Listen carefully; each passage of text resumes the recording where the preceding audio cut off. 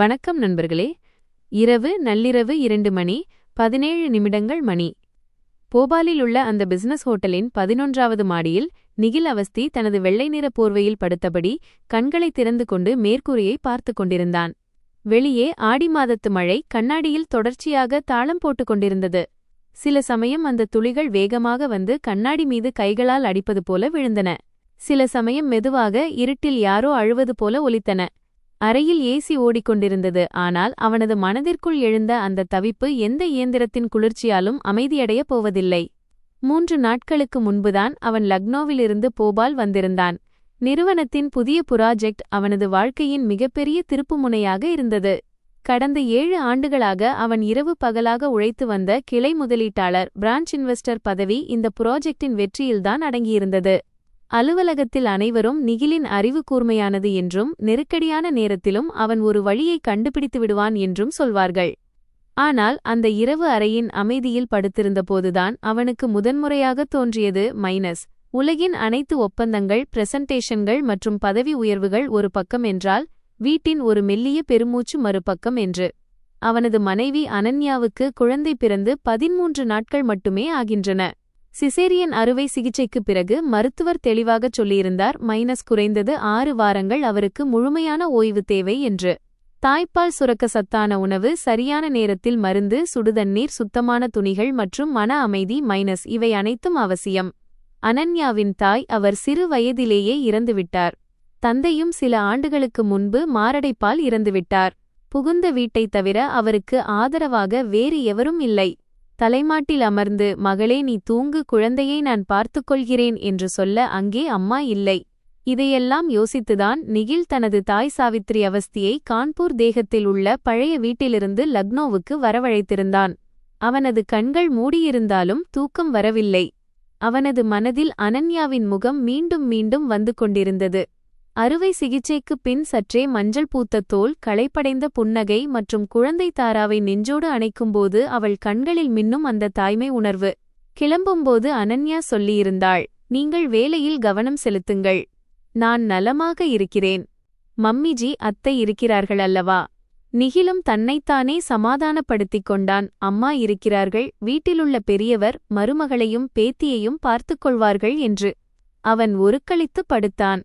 டேபிளில் இருந்த போனின் திரை திடீரென மின்னியது. பேபி மானிட்டர் ஆஃபில் இருந்து நோட்டிஃபிகேஷன் வந்திருந்தது. நீண்ட நேரம் குழந்தை அழுது கொண்டிருந்ததற்கான பதிவு அது. நிகிலின் இதயம் ஒரு கணம் நின்று துடித்தது. தாரா இரவில் அழுவது சகஜம்தான். ஆனால் குழந்தை பல நிமிடங்கள் தொடர்ந்து அழுது யாரும் சமாதானப்படுத்தாத போதுதான் இந்த ஆப் எச்சரிக்கை அனுப்பும். அவன் உடனே போனை எடுத்து ஆப்பைத்து திறந்து வீட்டின் பெட்ரூமில் இருந்த கேமராவை இயக்கினான். முதல் சில நொடிகள் திரை மங்கலாக இருந்தது. பின் நைட் விஷன் பச்சை நிற ஒளியில் அந்த சிறிய அறை தெரிந்தது. குழந்தைக்காக அவன் பிரத்யேகமாக தயார் செய்த அறை அது. சுவரில் இளம் மஞ்சள் நிறத்தில் சிறிய குழந்தைகளுக்கான வால்பேப்பர் ஒட்டியிருந்தது. தொட்டிலுக்கு மேலே அவன் சொந்த கையால் மரத்தாலான சிறிய மணிகளை கோர்த்து கட்டியிருந்தான். ஆனால் அந்த இரவு அந்த அறையில் எந்தவொரு கதகதப்பும் இல்லை. தொட்டிலில் தாரா அழுது அழுது சிவந்து போயிருந்தாள். அவளது சிறிய கைகள் காற்றில் துடித்துக் கொண்டிருந்தன. அனன்யா தொட்டிலுக்கு அருகில் இல்லை. நிகில் தனது போன் திரையில் விரல்களை நகர்த்தி கேமராவை சுழற்றினான். அவனது தொண்டை வறண்டு போனது. அறையின் ஒரு மூலையில் பழைய இரும்பு பீரோ வைக்கப்பட்டிருந்த இடத்திற்கு அருகில் அனன்யா தரையில் அமர்ந்திருக்கவில்லை, கிட்டத்தட்ட சரிந்து விழுந்திருந்தாள். அவளது முதுகுச்சுவர் மீது சாய்ந்திருந்தது. முழங்கால்கள் நெஞ்சோடு ஒட்டியிருந்தன. ஒரு கையால் தனது அறுவை சிகிச்சை தையல்கள் இருக்கும் இடத்தில் புடவை தலைப்பால் அழுத்திக் கொண்டிருந்தாள். மறு கையில் ஸ்டீல் டம்ளர் இருந்தது. அதில் ஒருவேளை வெதுவெதுப்பான தண்ணீர் கூட இல்லை, வெறும் பாதியளவு குளிர்ந்த தண்ணீர் மட்டுமே இருந்தது. அவளுக்கு அருகில் மருந்து அட்டைகள் கிடந்தன. ஆனால் பால் சுரப்பிற்கான மருந்து மற்றும் வலி நிவாரண மாத்திரைகள் இருக்கும் இடங்கள் காலியாகத் தெரிந்தன. தரையில் காய்ந்த கடினமான ரொட்டி துண்டு ஒன்று கிடந்தது. அதை அவள் மென்று சாப்பிட முயற்சி செய்திருக்கலாம். ஆனால் தொண்டை வறண்டதால் அவளால் அதை விழுங்க முடியவில்லை. நிகிலின் மூச்சு நின்றது. அவன் கேமராவை ஜூம் செய்தான். அனன்யாவின் கண்களிலிருந்து கண்ணீர் வழிந்து கொண்டிருந்தது. ஆனால் அவள் சத்தம் எழுப்பவில்லை. தாரா சத்தமாக அழுது கொண்டிருந்தாள். ஆனாலும் அனன்யாவால் எழுந்து வர முடியவில்லை. அவள் சுவரைப் பிடித்து நகர்ந்து வர முயற்சித்தாள். பிறகு வலி தாங்க முடியாமல் பற்களை கடித்துக்கொண்டு நின்றாள். அவளது முகத்தில் வலியை விட பயமே அதிகமாக இருந்தது. எந்தவொரு நோயாலும் வராத, வீட்டில் இருக்கும் ஒரு மனிதரால் மட்டுமே வரக்கூடிய பயம் அது. அனன்யா என்று நிகிலின் உதடுகளிலிருந்து சத்தம் வெளிவந்தது. ஆனால் அது அந்த காலி அறையில் எதிரொலித்து ஓய்ந்தது. அநேகமாக அம்மா அடுத்த அறையில் தூக்கத்தில் இருப்பதால் கேட்கவில்லை என்று அவன் நினைத்தான். அவன் உடனே டிராயிங் ரூம் பக்கமிருந்த மற்றுமொரு கேமராவை இயக்கினான். அங்கே டிவி மியூட் செய்யப்பட்டு ஓடிக்கொண்டிருந்தது. சோஃபாவில் அவனது தாய் சாவித்ரி அவஸ்தி பாதி சாய்ந்த நிலையில் படுத்திருந்தார். அவருக்கு முன்னால் இருந்த சென்டர் டேபிளில் ஒரு டப்பா திறந்திருந்தது. அதில் நெய் வழியும் கோந்து லட்டுகள், காண்ட் கே லாட்டு இருந்தன. பிரசவித்த பெண்ணிற்காகவே செய்யப்பட்ட அந்த லட்டுகளை சாவித்ரி நிதானமாகச் சாப்பிட்டுக் கொண்டிருந்தார். அங்கே ஒரு தட்டில் முந்திரி, திராட்சை மற்றும் வறுத்த மக்கானாக்கள் இருந்தன. டிவியின் வெளிச்சம் அவர் முகத்தில் விழுந்து கொண்டிருந்தது. எந்த கவலையும் இல்லாமல் விசிறியை தனது பக்கம் திருப்பி வைத்துக்கொண்டு அவர் படுத்திருந்தார். தாரா அழுவது அந்த அறைக்கு தெளிவாக கேட்டுக்கொண்டிருந்தது. ஆனால் சாவித்ரி ஒருமுறை கழுத்தை திருப்பி எரிச்சலுடன் கதவை பார்த்தார். பிறகு ரிமோட்டைக் கொண்டு டிவியின் சத்தத்தை இன்னும் கொஞ்சம் கூட்டினார். அந்த நொடி நிகிலுக்குள் ஏதோ ஒன்று உடைந்து போனது. அவன் பற்களை கடித்துக் கொண்டான். அவனது மனதில் பல காட்சிகள் மின்னின. செல்வதற்கு முன்பு அவன் தன் தாயிடம் டெபிட் கார்டை கொடுத்துச் சொல்லியிருந்தான். அம்மா, இதில் 1.5 லட்சம் ரூபாய் இருக்கிறது. 3 மாதங்களுக்கு அனன்யாவுக்கு தேவையான காய்கறிகள், தலியா, பால், பழங்கள், மருந்துகள் என அனைத்தையும் நன்றாக வாங்கிக் கொள்ளுங்கள். வேலைக்கார பெண்ணுக்கு கூலி கொடுத்து துணிகளை துவைக்கச் சொல்லுங்கள். உங்களுக்கு தனியாக ஒவ்வொரு மாதமும் 25,000 ரூபாய் அனுப்புகிறேன். என் மனைவியையும் மகளையும் மட்டும் கவனித்துக் கொள்ளுங்கள். அப்போது அம்மா தன் மார்பில் கை வைத்துச் சொன்னார். அடப்பைத்தியமே, மருமகள் என் மகள் போன்றவள். பேத்தி என் உயிரிலும் மேலானது. நீ கவலையில்லாமல் போ, நான் இருக்கிறேன் அல்லவா? கான்பூர் தேகத்தில் உள்ள வீட்டில் அங்கணத்தில் கட்டிலில் அமர்ந்திருந்த அம்மாவை சம்மதிக்க வைக்க எவ்வளவு சிரமப்பட்டான் என்பது அவனுக்கு நினைவுக்கு வந்தது. வெற்றிலையை மென்று கொண்டே அக்கம் பக்கத்தினரிடம் இன்றைய காலத்து மருமகள்கள் ராணிகளாக வாழ்கிறார்கள் என்று சொல்லிக் கொண்டிருந்தார். நிகில் அவர் முன் கைகளை கூப்பி கெஞ்சினான்.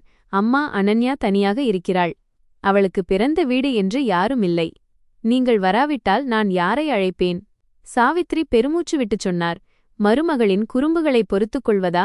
இது ஏதோ விளையாட்டல்ல. ரத்தம், சதை, குழந்தையின் டயப்பர், இரவு முழுவதும் தூங்காமல் இருப்பது, அதற்கு மேல் அவளது நக்கல்கள். இந்த வயதான எலும்புகளை வைத்து நான் எவ்வளவு செய்வேன்? அது மட்டுமல்ல, கான்பூரில் குணால் தனியாக இருக்கிறான். அவனை யார் கவனிப்பார்கள்? குணால் மைனஸ் அதே இளைய சகோதரன். அவனை நிகில் சிறுவயதிலிருந்தே தாயின் கண்களுக்கு ஒரு வரப்பிரசாதமாக பார்த்து வந்தான். நிகில் மிகச் சிறிய வயதிலேயே டியூஷன் எடுத்து தனது கட்டணத்தை செலுத்தினான். டெல்லி சென்று வேலை பார்த்தான். பிறகு லக்னோவில் பிளாட் வாங்கினான். ஆனால் குணால் 30 வயதாகியும் எந்தவொரு நிலையான வேலையும் செய்யவில்லை. எப்போதாவது மொபைல் கடை, எப்போதாவது ஆன்லைன் ட்ரேடிங், எப்போதாவது கடன் சூதாட்டம் என்று பணத்தை அழித்துக் கொண்டிருந்தான். ஒவ்வொரு முறையும் சாவித்ரி, அவன் சிறியவன், தவறு செய்துவிடுகிறான், நீ மூத்தவன் பார்த்துக்கொள் என்று சொல்வார். நிகிலும் பார்த்து வந்தான். மைனஸ் எப்போதாவது 10,000, எப்போதாவது 50,000, தாயின் மருந்து என்ற பெயரில் அல்லது விவசாய நிலத்தை சரிசெய்தல் என்ற பெயரில். அம்மாவை மறுப்பது பாவம் என்று அவன் நினைத்தான். ஆனால் அந்த இரவு சில பாவங்கள் மறுப்பதாலல்ல, அமைதியாக மௌனமாக இருப்பதால்தான் உருவாகின்றன என்பதை அவன் உணர்ந்தான். ஃபோன் திரையில் அனன்யா மீண்டும் அசைந்தாள். அவள் தனது முழு பலத்தையும் திரட்டி தொட்டிலை நோக்கி கையை நீட்டினாள். தாராவின் சத்தம் இப்போது குறைந்து கொண்டிருந்தது. அழுது அழுது அவள் சோர்ந்து போயிருக்கலாம். அனன்யா எப்படியோ முழங்காலால் நகர்ந்து சென்றாள். ஆனால் திடீரென அவளது முகத்தில் ஏற்பட்ட வலியின் வெளிப்பாடு அவளை வயிற்றை பிடித்துக்கொண்டு தரையில் சாய்த்தது. நிகிலின் ரத்தம் உறையத் தொடங்கியது. அவன் உடனே அனன்யாவுக்கு ஃபோன் செய்தான். முதல் ரிங்கிற்கு அவள் எடுக்கவில்லை. 2வது முறையும் இல்லை. 3வது ரிங்கில் திரையில் அவள் திடுக்கிட்டது தெரிந்தது. ஏதோ ஒரு குற்றத்தில் சிக்கியது போல அவள் போனை பார்த்தாள். அவசரமாக கண்ணீரை துடைத்தாள். புடவை தலைப்பால் முகத்தை மறைத்துக் கொண்டாள். பிறகு நடுங்கும் கைகளால் அழைப்பை ஏற்றாள். சி. அவளது குரல் மிக மெல்லியதாக இருந்தது. ஏதோ ஒரு காய்ந்த இலை கிழிவது போல நிகிலுக்கு தோன்றியது. அனன்யா, என்னாச்சு? தாரா ஏன் அழுது கொண்டிருந்தாள்?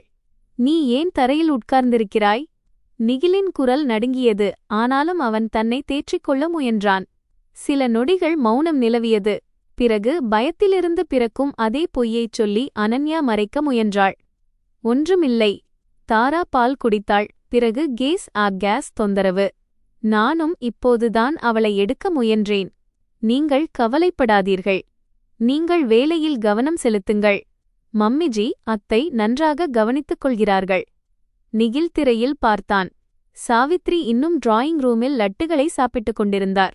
அனன்யா குனிந்து தாராவை எடுக்க முயற்சி செய்தாள். ஆனால் அவளது உடல் ஒத்துழைக்கவில்லை. அவள் எல்லாம் நன்றாக இருப்பதாகச் சொல்லிக் கொண்டிருந்தாள். அதே நேரத்தில் அவளது விரல்கள் தரையில் கிடந்த காய்ந்த ரொட்டித் துண்டை தொட்டுவிட்டு பின்வாங்கியது. அதைக் கூடச் சாப்பிடும் தைரியம் அவளுக்கு இப்போது இல்லை என்பது போல. பொய் சொல்லாதே, நிகில் மெல்லிய ஆனால் உடைந்த குரலில் சொன்னான். நான் கேமராவில் எல்லாவற்றையும் பார்த்து கொண்டிருக்கிறேன். மறுமுனையில் திடீரென நிசப்தம் உறைந்தது. பின்பு மிக மெல்லிய அடக்கப்பட்ட விம்மல் ஒன்று கேட்டது. போன் அவள் கையிலிருந்து நழுவியிருக்க வேண்டும். ஏனெனில் திரையில் அவள் குனிந்திருப்பது தெரிந்தது. அவளது முகம் தரையை நோக்கி சென்றது. அவள் சத்தமாக அழுவதற்கு கூட முயற்சிக்கவில்லை. அவள் தன் மணிக்கட்டை தன் பற்களால் அழுத்தி கடித்துக் கொண்டாள். அது வெளியில் கேட்டுவிடக்கூடாது என்பதற்காக. அவளது தோள்கள் நடுங்குவதை நிகில் பார்த்தான். 13 நாட்களின் அவமானம், பசி, வலி மற்றும் தனிமை அவளது எலும்புகளிலிருந்து வெடித்துக் கிளம்பிக் கொண்டிருந்தன. ஆனாலும் சாவித்ரி கேட்டுவிடுவார் என்று அவள் இன்னும் பயந்து கொண்டிருந்தாள். நிகில் கண்களை மூடிக்கொண்டான். அவனுக்குள் எழுந்த அலறல் தொண்டையிலேயே சிக்கிக் கொண்டது. அந்த நொடியில் அவன் தன்னைத்தானே வெறுத்துக் கொண்டான். நம்பிக்கையின் பெயரில் தன் மனைவியை யாரிடம் விட்டுச் சென்றிருக்கிறான்? பணம் கொடுத்துவிட்டு கடமை முடிந்துவிட்டதாக அவன் நினைத்துக் கொண்டான். தாயின் வார்த்தைகளை உண்மை என்று நம்பினான். ஆனால் மனைவியின் மௌனத்தை புரிந்து கொள்ள முயற்சிக்கவில்லை. அலுவலகத்தின் பேலன்ஸ் ஷீட் ஒரு சிறிய தவறை கூட கண்டுபிடிக்கும் அந்த மனிதனால் தன் வீட்டின் மிகப்பெரிய சிதைவை காண முடியவில்லை. அனன்யா என்று மிக மெதுவாக அவன் அழைத்தான். குழந்தையை எடு. எப்படியாவது செய், நான் வந்து கொண்டிருக்கிறேன். வேண்டாம். அனன்யாவின் குரல் திடீரென பயத்தினால் நிறைந்திருந்தது. நீங்கள் வராதீர்கள். உங்களுக்கு மீட்டிங் இருக்கிறது. மம்மிஜிக்கு தெரிந்தால் நான் ஏதோ புகார் சொன்னதாக நினைப்பார்கள். அவர்கள் நான் அம்மா மகன் உறவில் பிளவு ஏற்படுத்துகிறேன் என்று சொல்வார்கள். நான் அனாதை என்பதால் வீட்டை உடைக்கிறேன் என்று சொல்வார்கள். நீங்கள் வராதீர்கள். நான் பார்த்துக் கொள்கிறேன். இதை கேட்டதும் நிகிலின் கண்கள் கலங்கின. அறுவை சிகிச்சை தையல்களுடன் போராடிக் கொண்டிருந்த ஒரு பெண் தனது வலியை விட அவனது கரியர் மற்றும் அவனது தாயின் அதிருப்தியைக் கண்டு அஞ்சிக் கொண்டிருந்தாள். இந்த பயம் ஒரே நாளில் உருவானதல்ல. வார்த்தைகளால், ஏச்சுக்களால், அவமானங்களால். உனக்கு பிறந்த வீடு இல்லை, தந்தை இல்லை, சகோதரன் இல்லை, உன் வீட்டுக்கு வந்து தட்டி கேட்க யாரும் இல்லை என்று மீண்டும் மீண்டும் நினைவுபடுத்தியதால் உருவானது. இனி நீ எதையும் சமாளிக்க வேண்டாம், நிகில் கூறினான். தாராவை மட்டும் உனக்கருகில் எடுத்துக்கொள். கதவை தாழிடாதே. விடியலுக்கு முன்பே நான் வந்துவிடுவேன். அவன் போனைத் துண்டித்தான். ஒரு நொடியை கூட வீணாக்கவில்லை. சூட்கேஸில் துணிகளை எப்படி கிடைத்தது அப்படி திணித்தான். லேப்டாப் பையை எடுத்துக்கொண்டு அறையை விட்டு வெளியே வந்தான். ஹோட்டல் லாஃபியில் இருந்த நைட் மேனேஜர் பயத்துடன் கேட்டார். சார், இந்த நள்ளிரவில் செக் அவுட்டா? நிகில் சுருக்கமாகச் சொன்னான். வீட்டில் அவசர நிலை. வெளியே மழை இன்னும் தீவிரமானது. சாலைகள் மின்னிக் கொண்டிருந்தன. அவன் காரை ஸ்டார்ட் செய்து போபாலிலிருந்து லக்னோவுக்கான நீண்ட பயணத்தை தொடங்கினான். நள்ளிரவு நெடுஞ்சாலை ஏதோ அறியப்படாத தண்டனை போல இருந்தது. வைப்பர் கண்ணாடியில் இடைவிடாமல் ஓடிக்கொண்டிருந்தன. லாரிகளின் மஞ்சள் விளக்குகள் தண்ணீர் படலங்களில் நீண்டு உடைந்தன. சில இடங்களில் மூடுபனி எவ்வளவு அடர்த்தியாக இருந்தது என்றால் முன்னால் இருந்த போர்டுகளை பார்ப்பது கூட கடினமாக இருந்தது. ஆனால் நிகிலின் கண்களுக்கு முன்னால் 2 படங்கள் மட்டுமே இருந்தன. முதலாவது தாராவின் சிவந்த முகம் மற்றும் காற்றில் துடித்த அவளது சிறிய கைகள். இரண்டாவது அனன்யா தரையில் அமர்ந்திருந்த நிலை. அவளது கண்ணியம் பறிக்கப்பட்டது போல. பல கிலோமீட்டர்கள் கடந்த பிறகு ஒரு டோல் பிளாசா அருகே அவனுக்கு திடீரென நினைவுக்கு வந்தது. வீட்டின் செலவுகளுக்காக கொடுத்த கார்டு அவனது கணக்குடன் இணைக்கப்பட்டிருந்தது என்று. அவன் காரை ஓரமாக நிறுத்திவிட்டு மொபைல் பேங்கிங்கை திறந்து ஸ்டேட்மெண்ட்டை பார்த்தான். முதல் பக்கத்திலேயே அவனது விரல்கள் உறைந்து போயின. அவன் தனது தாய்க்காக 1.5 லட்சம் ரூபாய் விட்டுச் சென்ற அந்த அக்கவுண்டிலிருந்து கடந்த 10 நாட்களில் பலமுறை பணம் எடுக்கப்பட்டிருந்தது. தொகை சிறியது அல்ல. 35,000, 20,500, பிறகு 10 என பலமுறை. பணம் எடுக்கப்பட்டது கான்பூர் தேகத்திற்கு அருகிலுள்ள ஒரு நகரத்தின் ஏடிஎம் மெஷினில். அந்த பகுதி சூதாட்டக்காரர்களும் கடன் கொடுப்பவர்களும் வசிக்கும் இடங்களுக்கு அருகில் இருந்தது. அவன் மேலும் ஸ்க்ரோல் செய்து பார்த்தான். மருந்துக் கடைக்கு எந்த பணமும் கொடுக்கப்படவில்லை. பால், பழங்கள், மளிகை, வேலைக்கார பெண், மருத்துவமனை, குழந்தையின் தேவைகள் என எதற்கும் செலவு செய்யப்படவில்லை. வெறும் ரொக்க பணம் எடுப்பு மட்டுமே, அதுவும் ஒருமுறை அல்ல, பலமுறை. அவன் கையிலிருந்து போன் கிட்டத்தட்ட நழுவி விழுந்தது. இப்போது உண்மை தெளிவாக தெரியத் தொடங்கியது. அம்மா லக்னோ வந்திருந்தார், ஆனால் பணம் கான்பூரில் எடுக்கப்பட்டிருந்தது. இதிலிருந்து ஒன்று தெரிந்தது, -1. அவர் வீட்டிலிருந்து திருட்டுத்தனமாக வெளியே சென்றிருக்க வேண்டும் அல்லது யாருக்கோ பணத்தை அனுப்பியிருக்க வேண்டும். விஷயம் குணாலை சென்றடைந்தது என்றால் அதற்கான காரணமும் தெளிவாக இருந்தது. சூதாட்டம், கடன், மிரட்டல் மற்றும் மீண்டும் அந்த பழைய பல்லவி அவன் சிறியவன் காப்பாற்று. நிகில் தனது நெற்றியை ஸ்டீயரிங் மீது சாய்த்தான். காரின் மேற்கூரையில் மழையின் ஓசை கேட்டுக்கொண்டிருந்தது. ஆனால் அவனுக்குள் இப்போது மழை இல்லை. கடந்த மாதம் சாவித்ரி சொன்னது அவனுக்கு நினைவுக்கு வந்தது. கிராமத்து கோயிலில் அன்னதானம் செய்ய வேண்டும், குலதெய்வம் கோபமாக இருக்கிறது. இதற்காக அவன் 45,000 ரூபாய் கொடுத்திருந்தான். அதற்கு முன்பு குணால் உடல்நிலை சரியில்லை, பரிசோதனை செய்ய வேண்டும் என்று கேட்டார். அதற்கு முன்பு பழைய வீட்டின் சுவர்கள் இடிந்து விழுகின்றன என்றார். ஒவ்வொரு முறையும் அவன் கேள்வி கேட்காமல் பணத்தை அனுப்பினான். அம்மா ஒருபோதும் மகனுக்கு கெடுதல் நினைக்க மாட்டார் என்று அவன் நினைத்தான். ஆனால் ஒருவேளை சில மனிதர்கள் மகனை மகனாக பார்ப்பதில்லை, நடமாடும் வங்கி என்று நினைக்கிறார்கள். அவன் போனை அணைத்துவிட்டு காரை மீண்டும் கிளப்பினான். இப்போது அவன் வெறும் வீட்டிற்கு திரும்பவில்லை, தனக்குள் ஒரு இறுதியான முடிவை நோக்கிச் சென்று கொண்டிருந்தான். வழியில் ஒரு தாபா வந்தது. வெளியே டீ பாத்திரத்திலிருந்து ஆவி பறந்து கொண்டிருந்தது. பசியால் அவன் வயிறு காலியாக இருந்தது. ஆனால் அவன் நிற்கவில்லை. அனன்யா அந்த நாள் முழுவதும் என்ன சாப்பிட்டிருப்பாள் என்று அவனுக்கு நினைவுக்கு வந்தது. காய்ந்த ரொட்டி, குளிர்ந்த தண்ணீர் அல்லது வெறும் கண்ணீர். தன் மனைவி தன் வீட்டிலேயே பட்டினியால் மயங்கி விழும் நிலையில் இருக்கும்போது இவனால் எப்படி டீ குடிக்க முடியும்? காலை நேரத்து மெல்லிய வெளிச்சம் வானத்தில் பரவத் தொடங்கியது. அவனது கார் லக்னோவின் கோமதி நகர் விரிவாக்கத்திலிருந்த அவனது அடுக்குமாடி குடியிருப்புக்கு வெளியே நின்றது. மழை நின்றிருந்தது, ஆனால் காற்றில் ஈரமான மண் மற்றும் பூஞ்சையின் மணம் வீசியது. செக்யூரிட்டி கார்டு அவனை அடையாளம் கண்டு சலாம் செய்தான். ஆனால் நிகில் தலையை மட்டும் அசைத்தான். அவனது உடைகள் சுருங்கியிருந்தன, கண்கள் சிவந்திருந்தன, தாடியில் இரவு முழுவதும் பயணித்த சோர்வு தெரிந்தது. ஆனால் முகத்தில் ஒரு விசித்திரமான அமைதி இருந்தது. புயலுக்கு முன்னால் நிலவும் அமைதி அது. லிஃப்டில் நின்றபடி 12வது மாடி வரை எண்களை பார்த்து கொண்டிருந்தான். ஒவ்வொரு தளமும் கடக்கும்போதும் அவனுக்குள் இருந்த பாரம் அதிகரித்தது. கதவிற்கு வெளியே சென்றதும் அவன் மணி அடிக்கவில்லை. தனது கையிலிருந்த கூடுதல் சாவியை எடுத்தான். மிக மெதுவாக பூட்டைத் திறந்தான். கதவு மெல்லிய சத்தத்துடன் திறந்தது. உள்ளே மூடியிருந்த வீட்டின் புழுக்கமான மனம் அவன் முகத்தில் அடித்தது. ஈரமான உடைகள், பழைய பால், பயன்படுத்திய டயப்பர்கள் மற்றும் அழுகிய உணவின் கலவை மனம் அது. அவன் அன்புடன் அலங்கரித்த அதே வீடு இது. தாரா பிறப்பதற்கு முன்பு சிறிய துணிகளை மடித்து தராசில் அடுக்கி வைத்திருந்தான். இப்போது அதே வீடு புறக்கணிப்பின் சாட்சியாக நின்றது. டிராயிங் ரூம் சோபாவில் சாவித்ரியின் போர்வை கிடந்தது. சென்டர் டேபிளில் பாதி சாப்பிட்ட இனிப்பு, ஒரு வெள்ளிக் கிண்ணத்தில் உலர்ந்த பழங்கள், அருகே அவனது தந்தையின் பழைய புகைப்படத்திற்கு அடியில் வைக்கப்பட்டிருந்த ஊதுபத்தியின் சாம்பல் சிதறியிருந்தது. தரையில் குழந்தையின் 2 அழுக்கான டயப்பர்கள் கிடந்தன. கிச்சனுக்குச் சென்று பார்த்தபோது சிங்க் பாத்திரங்களால் நிறைந்திருந்தது. கேஸ்டவ் மீது இருந்த ஒரு பாத்திரத்தில் எஞ்சியிருந்த மெல்லிய பருப்பு காய்ந்து அதன் மேல் வெள்ளை நிற படிவம் ஏற்பட்டிருந்தது. பிரிட்ஜை திறந்தபோது அவனது இதயம் மீண்டும் கவிழ்ந்தது. அனன்யாவுக்கு என எதுவுமில்லை. புதிய பால், பழங்கள், பன்னீர், காய்கறி என எதுவுமில்லை. மேல் தட்டில் ஒரு டப்பாவில் கோந்து லட்டுகள் இருந்தன. அதன்மேல் சாவித்ரி கையால் காகிதம் ஒட்டியிருந்தார், அம்மாவுக்காக. கீழே ஒரு மூலையில் காய்ந்த ரொட்டிகள் இருந்தன. ஆரோக்கியமான மனிதனின் தொண்டையில் கூட சிக்கிக்கொள்ளும் அளவுக்கு அவை கடினமாக இருந்தன. நிகில் பிரிட்ஜை மூடினான். அவனது கைகள் இறுகின. பிறகு அவன் அனன்யா இருந்த அறைக்குச் சென்றான். அனன்யா குழந்தையை தன் நெஞ்சோடு அணைத்துக் கொண்டிருந்தாள். அவளது தலைமுடி கலைந்திருந்தது. நெற்றியில் வேர்வை இருந்தது. கண்களுக்கு கீழே கருவளையங்கள். நிகிலை பார்த்ததும் அவள் முகத்தில் முதலில் அவநம்பிக்கை தெரிந்தது. பிறகு தாழ முடியாத ஒரு நிம்மதி. எழ முயற்சி செய்தபோது வலியால் முனகினாள். நிகில் உடனே முன்னேறி அவளது தோள்களைப் பிடித்து மெதுவாக அமர வைத்தான். எழாதே என்று அவன் முணுமுணுத்தான். நான் வந்துவிட்டேன். அனன்யாவின் கண்களிலிருந்து கண்ணீர் வழிந்தது. அவள் தாராவை கெட்டியாக அணைத்துக் கொண்டாள், யாரோ வந்து குழந்தையை பறித்துச் சென்று விடுவார்கள் என்பது போல. நீங்கள் உண்மையிலேயே வந்துவிட்டீர்களா என்று மெதுவாக கேட்டாள். நான் கனவு காண்கிறேனோ என்று நினைத்தேன். நிகில் அவளுக்கு முன்னால் முழங்காலிட்டு அமர்ந்தான். முதல் முறையாக அவளது கைகளை உற்று பார்த்தான். விரல்கள் வீங்கியிருந்தன. நகங்களைச் சுற்றி வெள்ளை நிறத்தில் தோல் உரிந்திருந்தது.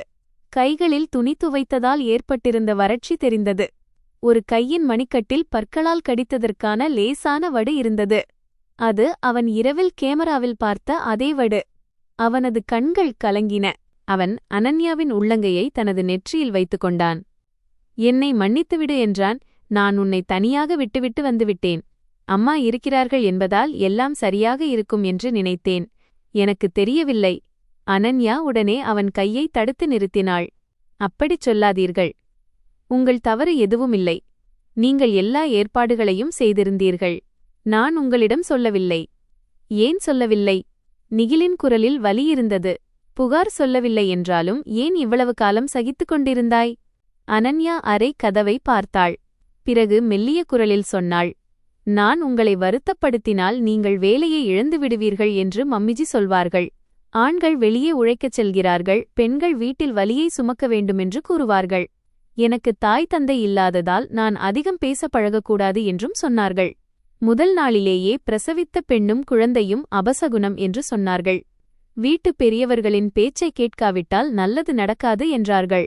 சில நாட்கள்தானே என்று நினைத்தேன், ஆனால் என்று சொல்லி அவள் நிறுத்திவிட்டாள். நிகில் அவளது தோள்களை தடவிக் கொடுத்தான். எல்லாவற்றையும் சொல். அனன்யாவின் குரல் உடைந்திருந்தது. முதல் நாளே அவர்கள் ஃப்ரிட்ஜ் சாவியை தன்னிடம் வைத்துக் கொண்டார்கள். மருத்துவர்கள் வீண் பேச்சு பேசுவார்கள். எங்கள் காலத்தில் மருமகள்கள் இவ்வளவு நெய்யும் பாலும் சாப்பிடுவதில்லை என்று சொன்னார்கள். காலையில் எனக்கு டீ கூட கொடுப்பதில்லை. பால் குழந்தைக்கு தேவை என்று சொல்லிவிட்டு அவர்கள் மட்டும் இரவில் மஞ்சள் பால் குடிப்பார்கள். நீங்கள் செய்யச் சொன்ன கஞ்சி வகைகளை அவர்கள் தனக்காக வைத்துக் கொண்டார்கள். எனக்கு 2 காய்ந்த ரொட்டிகளைத்தான் தருகிறார்கள், சில சமயம் உப்புடன், சில சமயம் தண்ணீரான பருப்புடன். பால் சுரக்கவில்லை, தாரா பசியோடு இருக்கிறாள் என்று நான் சொன்னால் தாய்மை நாடகம் போடுகிறாய் என்று திட்டுவார்கள். நேற்று இரவு வலி அதிகமாக இருந்தது. மருந்து தீர்ந்துவிட்டது. அவர்களிடம் சொன்னதற்கு இவ்வளவு விலை உயர்ந்த மருந்துகளை தினமும் வாங்க முடியாது என்று சொல்லிவிட்டார்கள். பிறகு தாரா அழத் தொடங்கிய போது அவர்கள் அறைக்கதவை மூடிக்கொண்டார்கள். என்னால் எழ முடியவில்லை. நான் கீழே விழுந்து விடுவேனோ என்று பயந்தேன். நிகிலின் முகம் கல்லைப் போல இறுகியது. ஒவ்வொரு வாக்கியமும் அவனுக்குள் இரும்பு ஆணி போல இறங்கியது. உன் கைகள் ஏன் இப்படி இருக்கின்றன என்று கேட்டான். அனன்யா பார்வையை தாழ்த்திக் கொண்டாள். வேலைக்காரப் பெண்ணை வேலையை விட்டு அனுப்பிவிட்டார்கள். பணம் வீணாகிறது என்று சொன்னார்கள். தாராவின் துணிகள், என் துணிகள் என அனைத்தையும் நானேதான் துவைக்க வேண்டும். தாமதமானால் வீட்டில் துர்நாற்றத்தை வீசச் செய்து கொண்டிருக்கிறாய், சாகவில்லைதானே என்று கேட்பார்கள். நிகிலின் சுவாசம் கனத்தது. அவன் இப்போது எழுந்து சென்று தாயின் அறைக்கதவை உடைத்துவிடுவோம் என்று நினைத்தான்.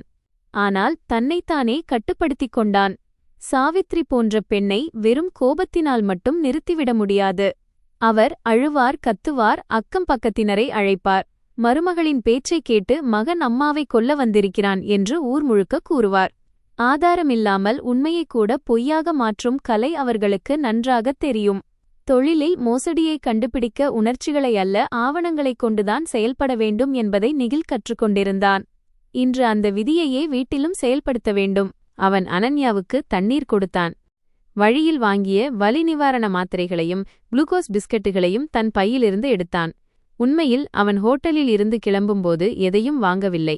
ஆனால் அடுக்குமாடி குடியிருப்புக்கு வெளியே 24 மணி நேர பார்மசி திறந்திருந்ததால் அங்கிருந்து தேவையான மருந்துகள், சானிட்டரி பேட்கள், பேபி டயப்பர்கள் மற்றும் தாய்ப்பால் சுரக்க உதவும் பாதுகாப்பான மருந்துகளை வாங்கி வந்திருந்தான். அனன்யா பிஸ்கட்டை பார்த்ததும் முகத்தை திருப்பிக் கொண்டாள். ஒருவேளை பசியால் அவளுக்கு வெட்கமாகவும் இருந்திருக்கலாம். நிகில் மெதுவாகச் சொன்னான், இது தானமல்ல, இது உனது உரிமை.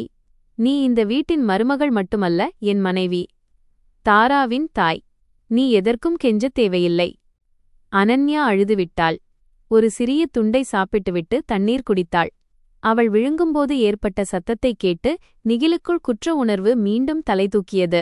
13 நாட்களாக ஒரு பிரசவித்த தாய் தன் சொந்த வீட்டிலேயே பிச்சைக்காரி போல வாழ்ந்திருக்கிறாள். இது வெறும் புறக்கணிப்பு மட்டுமல்ல, இது வன்முறை. கை ஓங்காமல் செய்யப்பட்ட வன்முறை. திடீரென வெளியே இரும சத்தம் கேட்டது.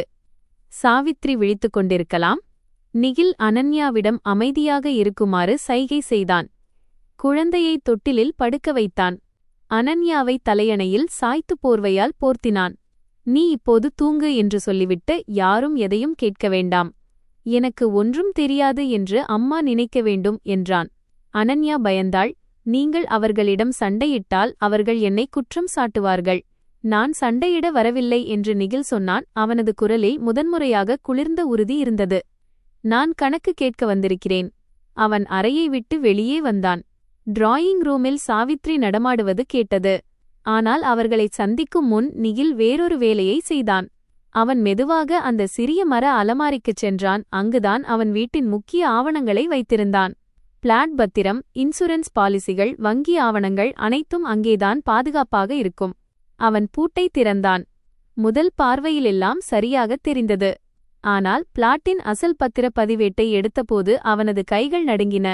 காகிதம் ஏதோ வித்தியாசமாக இருந்தது. வண்ணம் அப்படியே இருந்தது, சீலும் அப்படியே இருந்தது. ஆனால் காகிதத்தின் தன்மை மெல்லியதாக இருந்தது. அவன் உடனே மொபைல் டார்ச்சை ஆன் செய்தான். உள்ளே இருந்தது அசல் ஆவணமல்ல, வண்ணமயமான ஸ்கேன் செய்யப்பட்ட நகல். அவனது தலை சுற்றியது. அவன் முழு கோப்பையும் புரட்டினான். அசல் ஆவணங்கள் காணவில்லை. அதே சமயம் மடிக்கப்பட்டிருந்த ஒரு காகிதம் கீழே விழுந்தது. அவசரத்தில் அது கீழே விழுந்திருக்க வேண்டும். அதில் ஒரு உள்ளூர் ஃபைனான்ஸ் ஏஜென்ட்டின் பெயர் இருந்தது. கையால் எழுதப்பட்டிருந்தது. குணால் அவஸ்தி மைனஸ் முன்பணம் 2 லட்சம். உத்தரவாத காகிதங்கள் பிறகு. கீழே இன்னொரு பெயரும் இருந்தது, மைனஸ் பொலா யாதவ். நிகிலின் கண்களுக்கு முன்னால் இருள் சூழ்ந்தது. பேச்சு இப்போது மனைவியை பட்டினி போட்டது பற்றியது மட்டுமல்ல, வீட்டின் வேரையே வெட்டியது பற்றியது. அசல் பத்திரங்கள் குணாலிடமிருந்தால் அம்மா வெறும் பணத்தை திருடவில்லை. தனது மனைவியையும் பச்சிளம் குழந்தையையும் தங்குவதற்கு இருக்கும் இடத்தையே அடகு வைத்திருந்தார். அதே நேரத்தில் சமையல் அறையிலிருந்து சாவித்ரியின் குரல் கேட்டது. நிகில், நீ வந்துவிட்டாயா? அட ராம், எப்போது வந்தாய்? நிகில் காகிதத்தை மீண்டும் அதேபோல் வைத்தான். கோப்பை மூடி பூட்டிவிட்டு நிமிர்ந்து நின்றான். அவன் முகத்தில் இப்போது கோபமோ பதற்றமோ இல்லை. ஒரு அமைதியான முகமூடி மட்டுமே இருந்தது. அடுத்த ஒவ்வொரு சொல்லும், ஒவ்வொரு உணர்வும், ஒவ்வொரு பொய்க்கும் முக்கியத்துவம் இருக்கும் என்பது அவனுக்குத் தெரியும். அவன் ஆழமாக மூச்சை இழுத்துக்கொண்டு சமையலறையை நோக்கி நடந்தான். நிகிலை பார்த்ததும் சாவித்ரி முதலில் அதிர்ந்தார். பிறகு உடனடியாக முகத்தில் தாய்மை பாவனையை வரவழைத்துக் கொண்டார். அட மகனே, நீ திடீரென்று போபாலிலிருந்து சொல்லவே இல்லையே? இரவு முழுவதும் பயணித்தாயா? முகம் எவ்வளவு வாடிப் போயிருக்கிறது. உட்கார், உனக்காக இப்போது சுடச்சுட தண்ணீர் மற்றும் பரோட்டா செய்கிறேன். உனக்காக நேற்றுதான் நல்ல தேசி நெய் வாங்கியிருக்கிறேன். நிகில் அவர் கண்களை பார்த்தான். இரவில் குழந்தையின் அழுகுரல் கேட்ட பிறகும் மூடிக்கொண்ட அதே கண்கள். அனன்யா காய்ந்த ரொட்டியை விழுங்கும்போது அவரே கோந்துலட்டுகளை சாப்பிட்டுக் கொண்டிருந்த அதே கைகள். மருமகளுக்கு மருந்தை கூட கொடுக்காதவர் மகனுக்கு நெய் பரோட்டா செய்ய தயாராக இருக்கும் அதே குரல். அவன் சிரித்தான். மைனஸ் மிக மெல்லிய, மிக குளிர்ந்த சிரிப்பு. ஆமாம் அம்மா என்றான். பரோட்டா செய்யுங்கள், அதோடு ஒரு விஷயம் சொல்லுங்கள். அனன்யாவுக்கும் தாராவுக்கும் என்று பணம் கொடுத்தேனே, அதன் கணக்கு என்ன? எங்கே அது? சாவித்ரி கையில் வைத்திருந்த சப்பாத்தி கட்டை ஒரு நொடி காற்றில் நின்றது. சமையலறையில் மௌனம் பரவியது. வெளியே காலை பொழுது முழுமையாக புலர்ந்திருந்தது. ஆனால் தன் வீட்டின் உண்மையான இருள் வெளிவரப்போகிறது என்பது நிகிலுக்கு தெரியும். சாவித்ரியின் கையிலிருந்த சப்பாத்தி கட்டை அப்படியே நின்றது. ஒரு நொடி அவரது கண்களில் ஏதோ ஒரு பதற்றம் மின்னியது. மைனஸ் ஒரு தாய் தன் மகனிடம் காட்டாத, திருடன் ஒருவன் திடீரென உரிமையாளரிடம் சிக்கிக்கொண்டால் உணரும் அதே பதற்றம். ஆனால் அந்த பதற்றம் அவரது முகத்திலிருந்து அதே வேகத்தில் மறைந்துவிட்டது. பல ஆண்டுகளாக தாய்மை, நோய், உதவியற்ற நிலை, அதிகாரம் என எத்தனை முகமூடிகளை அவர் அணிந்திருந்தார் என்றால் பொய் சொல்வது அவருக்கு மூச்சுவிடுவது போல எளிதாகிவிட்டது. அவர் மீண்டும் மாவு மீது கட்டையை உருட்டிவிட்டு சிரிக்க முயற்சித்தார். கணக்கா? அடமகனே, வீட்டின் கணக்கை யாராவது அம்மாவை கேட்பார்களா? நீ பணம் கொடுத்தாய், நான் செலவு செய்தேன். மருமகளின் மருந்து, குழந்தையின் துணிகள், பால், பழங்கள், பூஜை, வேலைக்காரி என எல்லாவற்றிற்கும் பணம் செலவாகிறது. லக்னோ என்ன அவ்வளவு மலிவானதா? அதற்கு மேல் உன் மனைவிக்கோ தினமும் ஏதாவது புதுசாக தேவைப்படுகிறது. நிகில் நாற்காலியில் அமர்ந்தான். முன்னால் இருந்த மேஜையின் மீது விரல்களை மெதுவாகத் தட்டினான். அவன் கண்கள் தாயின் முகத்தை பார்த்தன. ஆனால் மனதில் இரவு கண்ட காட்சிகள் மீண்டும் மீண்டும் சுழன்றன. மைனஸ் அனன்யா தரையில் அமர்ந்திருந்தது, தாரா அழுதது, மற்றும் இவள் எல்லாம் செலவாகிவிட்டது என்று பொய் சொல்வது. அவன் அந்த நொடியில் தனக்குள் இருந்த கோபத்தை தணித்துக் கொள்ளவில்லை என்றால் வீட்டில் கூச்சலும் குழப்பமும்தான் மிஞ்சியிருக்கும். ஆனால் இப்போது அவன் கத்தப்போவதில்லை. சாவித்திரியை பேசவிட வேண்டும். அவர் எவ்வளவு அதிகமாக பேசுகிறாரோ அவ்வளவு அதிகமாக அவருடைய பொய்களே அவர் கால்களை சிக்க வைக்கும். மருந்துக்கு எவ்வளவு செலவானது அம்மா? அவன் அமைதியான குரலில் கேட்டான். சாவித்ரி பரோட்டாவை தவாவில் போட்டார். நெய்யின் மணம் சமையலறை முழுவதும் பரவியது. அட, மருந்துகள் எல்லாம் ரொம்ப விலை. டாக்டர்கள் இப்போதெல்லாம் கொள்ளையடிக்கிறார்கள். மருமகளுக்கு வலி நிவாரணி, தெம்புக்கான மருந்து, பால் சுரப்பிற்கான மருந்து, குழந்தைக்கு டிராப்ஸ். நான் ரொம்பவே கஷ்டப்பட்டேன். நாளில் 3 முறை கடைக்கு ஓட வேண்டி இருக்கிறது. நிகில் கேட்டான். எந்த கடையில் வாங்கினீர்கள்? அட, அந்த கீழே இருக்கும் மெடிக்கல் கடைதான். அந்த கடையின் பெயர் என்ன? சாவித்ரி திரும்பினார். முகத்தில் எரிச்சல் தெரிந்தது. இப்போது நான் கடையின் பெயரை மனப்பாடம் செய்து வைத்திருக்கிறேனா? நீ வந்திருக்கிறாயா அல்லது விசாரணை செய்ய வந்திருக்கிறாயா? நான் உன் அம்மா கணக்கு எழுதித் தரும் வேலைக்காரி அல்ல. நிகில் தனது தலையை சற்று தாழ்த்திக் கொண்டான். சரி அம்மா. டாக்டர் சில மருந்துகளின் பெயர்களை குறிப்பிட்டிருந்தார். அதை தவறாமல் கொடுக்க வேண்டும் என்பதற்காக கேட்டேன். கொடுத்து கொண்டுதானே இருக்கிறேன். சாவித்ரி கோபத்துடன் சொன்னார். உன் மனைவியின் இந்த குறும்புகள்தான் அதிகம். வெறும் வயிற்றில் மருந்து சாப்பிட மாட்டேன் என்று சொல்கிறாள். அவளுக்காக தினமும் பாதாம் அல்வா செய்து கொடுக்க வேண்டுமா? எங்கள் காலத்தில் மருமகள்கள் அமைதியாக வலியை பொறுத்துக் கொள்வார்கள். இன்றைய காலத்து பெண்கள் 2 தையல் போட்டதும் ராணிகளாகி விடுகிறார்கள். நிகிலின் கைகள் மேஜைக்கு அடியில் இறுகின. ஆனால் முகத்தில் அதே சோர்வான புன்னகையை வைத்திருந்தான். சரி, சாப்பிடுங்கள். அனன்யா ஒழுங்காக சாப்பிடுகிறாளா? அவள் நிறைய சாப்பிடுகிறாள் என்று சாவித்ரி உடனடியாக சொன்னார். அதிகமாக சாப்பிட்டு குண்டாகி விடுவாளோ என்று எனக்கு பயமாக இருக்கிறது. இப்போது பார், உனக்காக பரோட்டா செய்கிறேன். அவளுக்கும் தினமும் இதையேதான் செய்கிறேன். ஆனால் அவளுக்கு எல்லாவற்றிலும் குறைதான். எப்போதாவது உப்பு குறைவு என்பாள், எப்போதாவது நெய் அதிகம் என்பாள். அனாதையான வீட்டிலிருந்து வந்தவள். அவளுக்கு யார் சம்ஸ்காரம் பண்பாடு கற்றுக் கொடுப்பார்கள்? இந்தச் சொற்களைக் கேட்டதும் நிகிலுக்குள் ஒரு கூர்மையான வலி எழுந்தது. அனாதை டட் மைனஸ் இந்தச் சொல்லை சாவித்ரி எவ்வளவு சாதாரணமாகச் சொல்லிவிட்டார். ஒருவரின் மிகப்பெரிய காயத்தை அன்றாட ஏற்றாக மாற்றியது போல இருந்தது அது. தன் பெற்றோரை நினைத்து அனன்யா பலமுறை ரகசியமாக அழுவதை அவன் அறிவான். திருமணத்திற்குப் பின் வந்த முதல் கர்வா சவுத் அன்று அக்கம் பக்கத்து பெண்கள் பிறந்த வீட்டிலிருந்து வந்த சேலை மற்றும் இனிப்புகளைப் பற்றி பேசிக் கொண்டிருந்தபோது அனன்யா சிரித்துக்கொண்டே தனக்கு பிறந்த வீட்டிலிருந்து ஆசீர்வாதம் வந்துவிட்டது என்று சொன்னாள். ஆனால் இரவு முழுவதும் தலையணைக்குள் முகம் புதைத்து அழுதாள். அன்று அவள் ஒருபோதும் தனிமையை உணரவிடமாட்டேன் என்று நிகில்வாக்கு கொடுத்திருந்தான். ஆனால் இன்று அதே தனிமை அவன் மனைவியின் கழுத்தை சுற்றும் கயிறாக மாறியிருந்தது. சாவித்ரி சுடச்சுட பரோட்டாவை அவன் தட்டில் வைத்தார். அதன் மேல் வெண்ணெய் துண்டு, கூடவே மாங்காய் ஊறுகாய் மற்றும் தயிர். சாப்பிடு மகனே, இரவு முழுவதும் பயணித்திருக்கிறாய். அம்மாவின் கையால் சாப்பிடு, தெம்பு வரும். நிகில் தட்டை பார்த்தான். அது பரோட்டா அல்ல. தன் மனைவியின் பசியின் அவமானம் அவனுக்கு முன்னால் வைக்கப்பட்டிருப்பது போல அவனுக்கு தோன்றியது. அவன் ஒரு துண்டை உடைத்தான். ஆனால் வாய்க்கு அருகில் கொண்டு செல்லவில்லை. அம்மா, அனன்யாவுக்கும் கொடுத்துவிடவா? சாவித்ரியின் முகம் உடனடியாக இறுகியது. இப்போது அவளுக்கு கொடுக்காதே. அவளுக்கு வயிறு கெட்டுவிடும். பிரசவித்த பெண்ணுக்கு இவ்வளவு நெய் கொடுக்கக்கூடாது.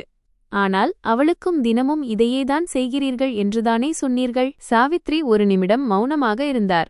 பிறகு சொன்னார், என் அர்த்தம் அவளுக்கு தனியாகத்தான் சமைக்கிறேன் என்று. லேசான மசாலா இல்லாத உணவு. நீ எல்லா விஷயத்தையும் பிடித்துக்கொள்ள பழகிவிட்டாயா என்ன? நிகில் முதன்முறையாக நேரடியாக அவர் கண்களை பார்த்தான். பிடித்துக்கொள்ள வேண்டிய விஷயங்கள் இருந்தால் பிடித்துத்தானே ஆக வேண்டும் அம்மா. சமையலறையில் மீண்டும் மௌனம் சூழ்ந்தது. மகன் முற்றிலும் சாதாரணமாக இல்லை என்பதை சாவித்ரி உணர்ந்து கொண்டார். அவர் பரோட்டா சுடுவதை நிறுத்திவிட்டு அருகில் இருந்த நாற்காலியை இழுத்து போட்டு அமர்ந்தார். அவர் முகத்தில் இப்போது தாய்மை இல்லை, ஒரு வயதான அம்மாவின் காயப்பட்ட கண்ணியத்தின் நடிப்பு இருந்தது. நீ உண்மையைச் சொல். மருமகள் எதையோ சொல்லியிருக்கிறாள் இல்லையா? நான் முன்பே புரிந்து கொண்டேன்.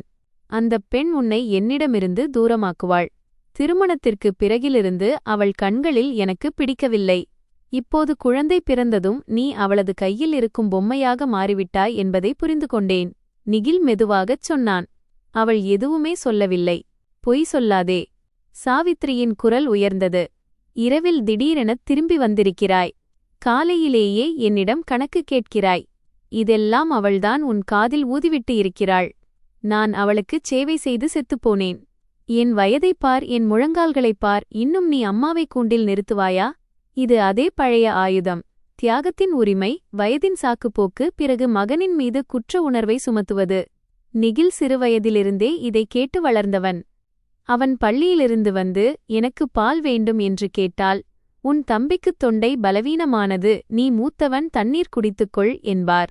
கல்லூரி படிப்புக்கு உதவி கேட்டால், உன் அப்பா இருந்திருந்தால் கொடுத்திருப்பார், என் நெஞ்சை பிளந்து எடுத்துக்கொள் என்பார்.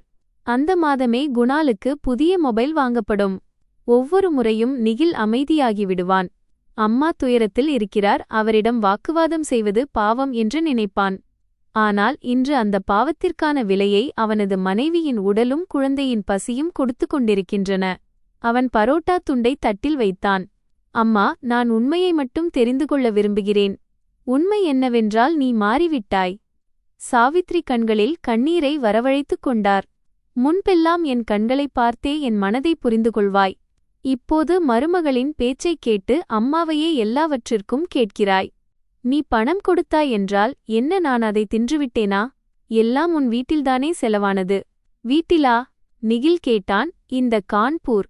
சாவித்ரியின் இமைகள் ஒருமுறை வேகமாகத் துடித்தன. அவர் சுதாரித்துக் கொண்டார். கான்பூரா? ஏன்?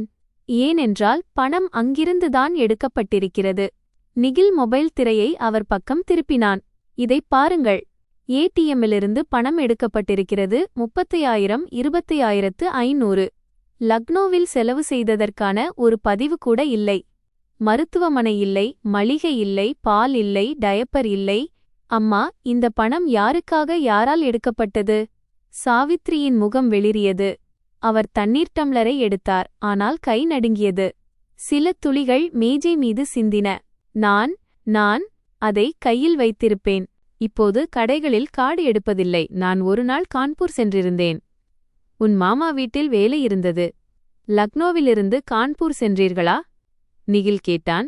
அனன்யாவை அறுவை சிகிச்சைக்குப் பிறகு தனியாக விட்டுவிட்டு தனியாக எங்கே சென்றீர்கள்? குழந்தை அவளிடம்தானே இருந்தது. சாவித்ரி தவறுதலாக தனது உண்மையான எண்ணத்தை சொல்லிவிட்டார்.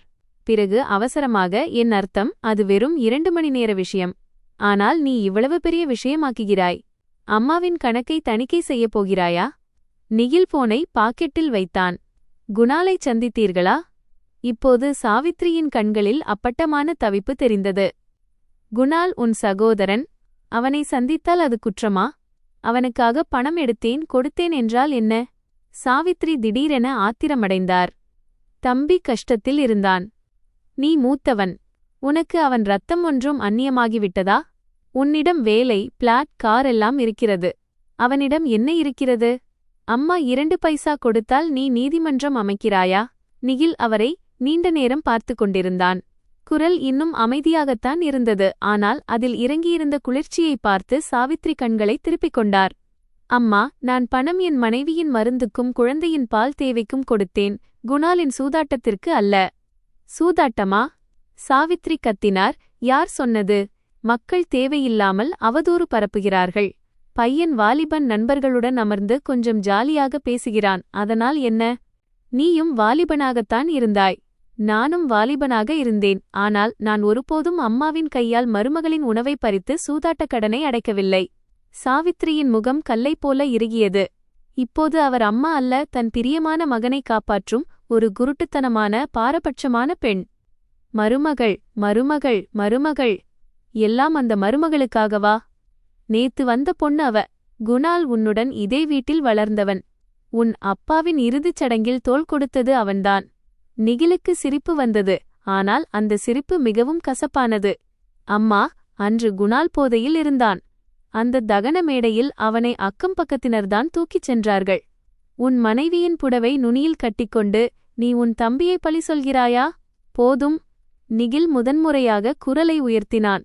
சாவித்ரி அமைதியானார். அனன்யாவின் பெயரைச் சொல்லி அவளை இதற்கிடையில் இழுக்காதீர்கள். அவள் இப்போது பேசும் நிலையில் இல்லை.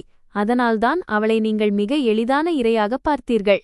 சாவித்ரி திடீரென அழத் தொடங்கினார். கேளுங்கள் கடவுளே, என் மகன் என்னை வேட்டையாடுபவள் என்று சொல்கிறான். 9 மாதம் கருவில் சுமந்த என்னை இன்று மருமகளுக்காக என் மகன் கைகாட்டுகிறான். சரி, போகட்டும். நான் தவறு செய்துவிட்டேன். குணாலுக்கு பணம் கொடுத்துவிட்டேன். ஆனால் அவன் என் மகன். அவனுக்கு ஏதாவது ஆகியிருந்தால். போலா யாதவின் ஆட்கள் அவனை துரத்திக் கொண்டிருந்தார்கள். நான் அம்மாவாக இருந்து கொண்டு அவனை சாக விடுவேனா? அந்த பெயரை கேட்டதும் நிகிலுக்குள் மின்னல் வெட்டியது. அவன் சற்று நேரத்திற்கு முன்பு காகிதத்தில் பார்த்த அதே பெயர் போலா யாதவ். சாவித்ரி தன் வாயாலேயே அடுத்த கதவை திறந்துவிட்டோம் என்று அவர் நினைக்கவே இல்லை. நிகில் முகத்தில் எந்த உணர்ச்சியையும் காட்டிக்கொள்ளவில்லை. போலா யாதவ் யார்? சாவித்ரி திடுக்கிட்டு, ஒன்றுமில்லை, கிராமத்து அளவன். குணால் கொஞ்சம் கடன் வாங்கியிருந்தான். வாலிப வயதில் தவறு நடந்துவிடும். எவ்வளவு கடன்? இப்போது எனக்கு என்ன தெரியும்? சாவித்ரி கண்களை திருப்பிக் கொண்டார். என்னால் முடிந்ததை அம்மா என்ற முறையில் கொடுத்துவிட்டேன். 2 லட்சம். சாவித்ரியின் மூச்சு நின்றது. அவரது கை நாற்காலியின் கைப்பிடியை பிடித்து இறுகியது. உனக்கு யார் சொன்னது? இவ்வளவு பெரிய கடனா? நிகில் கேட்டான். அதற்கு பதிலாக என்ன அடமானம் வைக்கப்பட்டுள்ளது? ஒன்றுமில்லை என்று சாவித்ரி அவசரமாகச் சொன்னார். வெறும் பேச்சில் எழுதி வாங்கியிருப்பான். இப்படிப்பட்ட ஆட்கள் பயமுறுத்துவார்கள். பிளாட் பத்திரங்கள் உண்மையாகவே ஆபத்தில் இருப்பதை நிகில் இப்போது புரிந்து கொண்டான். சாவித்ரி நேரடியாக பதில் சொல்லவில்லை.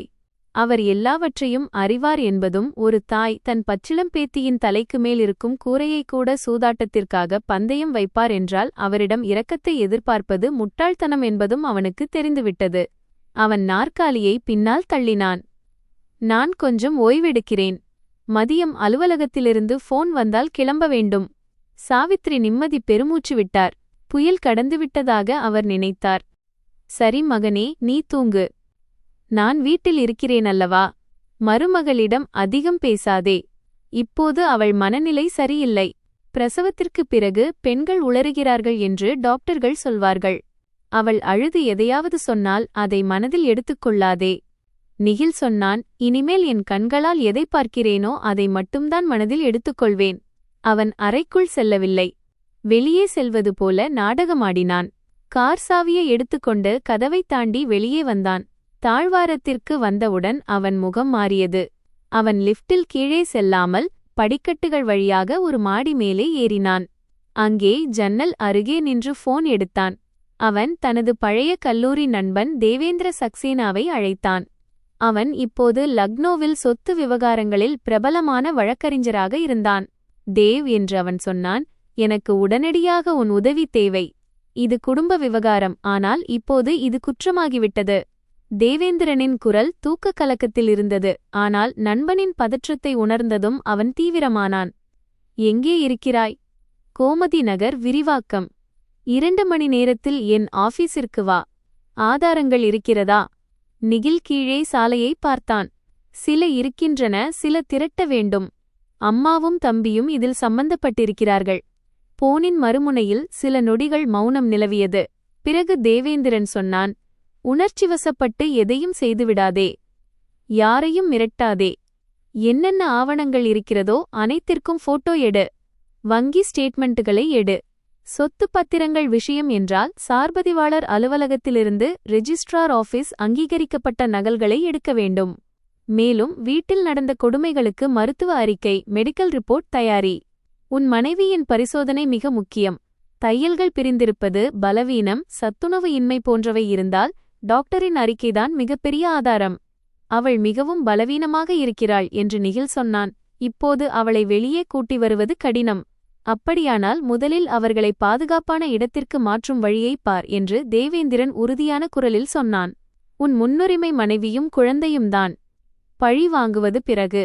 அவர்கள் பாதுகாப்பாக இருந்தால்தான் சட்டம் உனக்கு உதவும். நிகில் போனை வைத்தான். அவனது கண்கள் கலங்கின. வெளிநபர் ஒருவர் சொன்ன அந்த நேரடி வார்த்தைகள் அவனை உலுக்கி எடுத்தன. அவன் இன்னும் பழிவாங்குதல் மற்றும் ஆதாரங்களை சேகரிப்பதிலேயே மூழ்கியிருந்தான். ஆனால் அனன்யாவுக்கு இப்போது மருத்துவரின் உதவிதான் தேவைப்பட்டது. அவன் உடனடியாக கீழே இருந்த ஃபார்மசிக்கு ஃபோன் செய்தான்.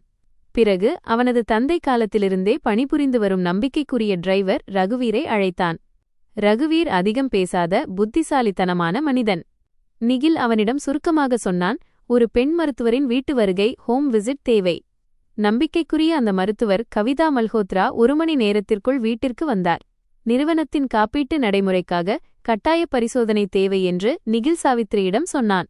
சாவித்ரி முதலில் எதிர்த்தார். இப்போது என்ன அவசியம்? எல்லாம் சரியாகத்தானே இருக்கிறது. டாக்டர்கள் தேவையில்லாமல் பயமுறுத்துகிறார்கள். ஆனால் நிகில் இந்த முறை நேரடியாகச் சொன்னான். அம்மா, இது என் மனைவி. பரிசோதனை நடக்கும். டாக்டர் கவிதா அறைக்குள் சென்று அனன்யாவை பரிசோதித்தார். நிகில் வெளியே நின்றான். சாவித்ரி அடிக்கடி கதவருகே வந்து ஒட்டு கேட்க முயன்றார். ஆனால் நிகிலின் இருப்பு அவரை தடுத்தது. சிறிது நேரம் கழித்து மருத்துவர் வெளியே வந்தார். அவரது முகம் தீவிரமாக இருந்தது. அவர் நிகிலை தனியே அழைத்துத் தாழ்ந்த குரலில் சொன்னார். உங்கள் மனைவி மிகவும் பலவீனமாக இருக்கிறார். இரத்த அழுத்தம் குறைவாக உள்ளது. உடலில் நீர்ச்சத்து குறைவு. இரும்புச்சத்து மிக மோசமாக உள்ளது. தையல்களைச் சுற்றி வீக்கம் இருக்கிறது. உடனடியாக சத்தான உணவு, தூய்மை மற்றும் ஓய்வு அவசியம். இன்னும் 2-3 நாட்கள் இப்படித்தான் இருந்திருந்தால் தொற்று ஏற்பட்டிருக்கலாம். குழந்தையின் எடையும் குறைவாக உள்ளது. தாய்ப்பால் போதிய அளவு சுரக்கவில்லை. நிகில் கண்களை மூடிக்கொண்டான். இதை நீங்கள் எழுதித்தர முடியுமா? மருத்துவர் அவனை பார்த்தார். ஒருவேளை அவர் அனைத்தையும் புரிந்து கொண்டிருக்கலாம். நான் மெடிக்கல் நோட் தருகிறேன், ஆனால் வீட்டின் சூழலும் மாற வேண்டும். ஒரு புதிய தாயை பயமுறுத்தியோ அல்லது பட்டினி போட்டோ குணப்படுத்த முடியாது. சாவித்ரி தூரத்திலிருந்து சொன்னார். டாக்டர் சாஹிபா, நாங்கள் முழுமையாக கவனித்துக் கொள்கிறோம். இன்றைய காலத்து பெண்கள் பலவீனமானவர்கள். கொஞ்சம் வலி வந்தாலே. டாக்டர் கவிதா அவரை நோக்கி திரும்பித் தெளிவான குரலில் சொன்னார். சிசேரியன் அறுவை சிகிச்சைக்குப் பிறகு வரும் வலி கொஞ்சம் கிடையாது.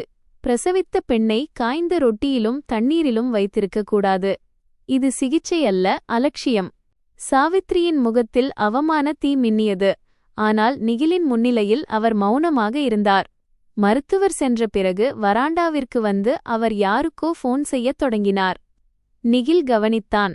அவர் முகத்தில் பதற்றமான கணக்கீடு தெரிந்தது. அவன் மெதுவாக தன் போனில் ரெக்கார்டரை ஆன் செய்துவிட்டு வராண்டாவை நோக்கி நகர்ந்தான். சாவித்ரி முணுமுணுத்துக் கொண்டிருந்தார். குணால், விஷயம் கைமீறிப் போகிறது. உன் அண்ணன் திடீரெனத் திரும்பி வந்துவிட்டான். டாக்டரையும் கூப்பிட்டு விட்டான். வங்கிப் பணம் பற்றி கேட்கிறான். நீ பத்திரங்களை ஜாக்கிரதையாக வைத்துக்கொள். போலாவிடம் சொல், இப்போது வீட்டிற்கு வரவேண்டாம் என்று. யாராவது ஒருவரை வைத்து நான் எதையாவது செய்கிறேன். நிகில் போலீசில் புகார் அளித்தால் நாம் இருவரும் சிக்கிக்கொள்வோம். நிகிலின் காதுகளில் அந்த இருவரும் என்ற வார்த்தை சுத்தியலால் அடித்தது போல ஒலித்தது. இது இப்போது வெறும் ஊகமல்ல. தான் குற்றத்தின் எல்லையை கடந்துவிட்டோம் என்பது சாவித்ரிக்கே தெரிந்திருக்கிறது. அவன் ரெக்கார்டிங்கை சேவ் செய்தான். அவனுக்குள் இருந்த அந்த குளிர்ச்சி மேலும் அதிகமானது. மதியத்திற்குள் தான் மீண்டும் போபால் கிளம்பப் போவதாக சாவித்ரியை அவன் நம்ப வைத்தான். அவன் லேப்டாப் பையை தோளில் மாட்டிக்கொண்டான். போனில் ஆங்கிலத்தில் ஏதோ அலுவலக வேலையைப் பற்றி பேசுவது போல நடித்தான். அம்மா, இன்றிரவு நான் கிளம்ப வேண்டும். புராஜெக்ட் சிக்கலில் இருக்கிறது. 2-3 நாட்கள் பார்த்துக் கொள்ளுங்கள். பணத்திற்கு நான் ஏற்பாடு செய்கிறேன் என்றான். சாவித்ரி உடனடியாக அந்த வாய்ப்பை பற்றிக் கொண்டார். ஆமாம் மகனே, பணம் அனுப்பிவிடு. வீட்டில் செலவு அதிகம். மருமகளின் மருந்து, குழந்தையின் பால், டாக்டர் மற்றும் உன் தம்பியின் நிலையும் சரியில்லை. அம்மாவாக நான் 2ஐயும் பார்க்க வேண்டுமே என்று சொன்னார். நிகில் முதன்முறையாக தனக்குள் நினைத்தான். இந்த பெண் இனியும் நிறுத்தப் போவதில்லை. சிக்குவோம் என்ற பயம் இருக்கிறது, ஆனால் பேராசை அதைவிட பெரியது. அவன் தலையை அசைத்துவிட்டு வீட்டிலிருந்து வெளியே வந்தான். ஆனால் அவன் நகரத்தை விட்டுப் போகவில்லை. நேரடியாக வங்கிக்குச் சென்றான். வங்கி மேலாளருக்கு அவனை தெரியும். கடந்த 3 மாதங்களுக்கான வங்கி பரிவர்த்தனை விவரங்கள், ஸ்டேட்மெண்ட் மற்றும் அந்த ஏடிஎம்மில் இருந்து பணம் எடுக்கப்பட்ட நேரத்திற்கான சிசிடிவி கேமரா காட்சிகளுக்காக அவன் முறைப்படி விண்ணப்பித்தான். மேலாளர் முதலில் விதிகளைப் பற்றி கூறினார். பிறகு இது நிதி மோசடி மற்றும் சொத்து மோசடி தொடர்பான வழக்கு என்று நிகில் சொன்னதும் அவர் நடைமுறைகளை விளக்கினார். அன்று அவனுக்கு சான்றளிக்கப்பட்ட ஸ்டேட்மெண்ட் கிடைத்தது. ஒவ்வொரு முறையும் பணம் எடுக்கப்பட்ட தேதி, நேரம், இடம் போன்றவை சிவப்பு அடையாளங்கள் போல தெரிந்தன.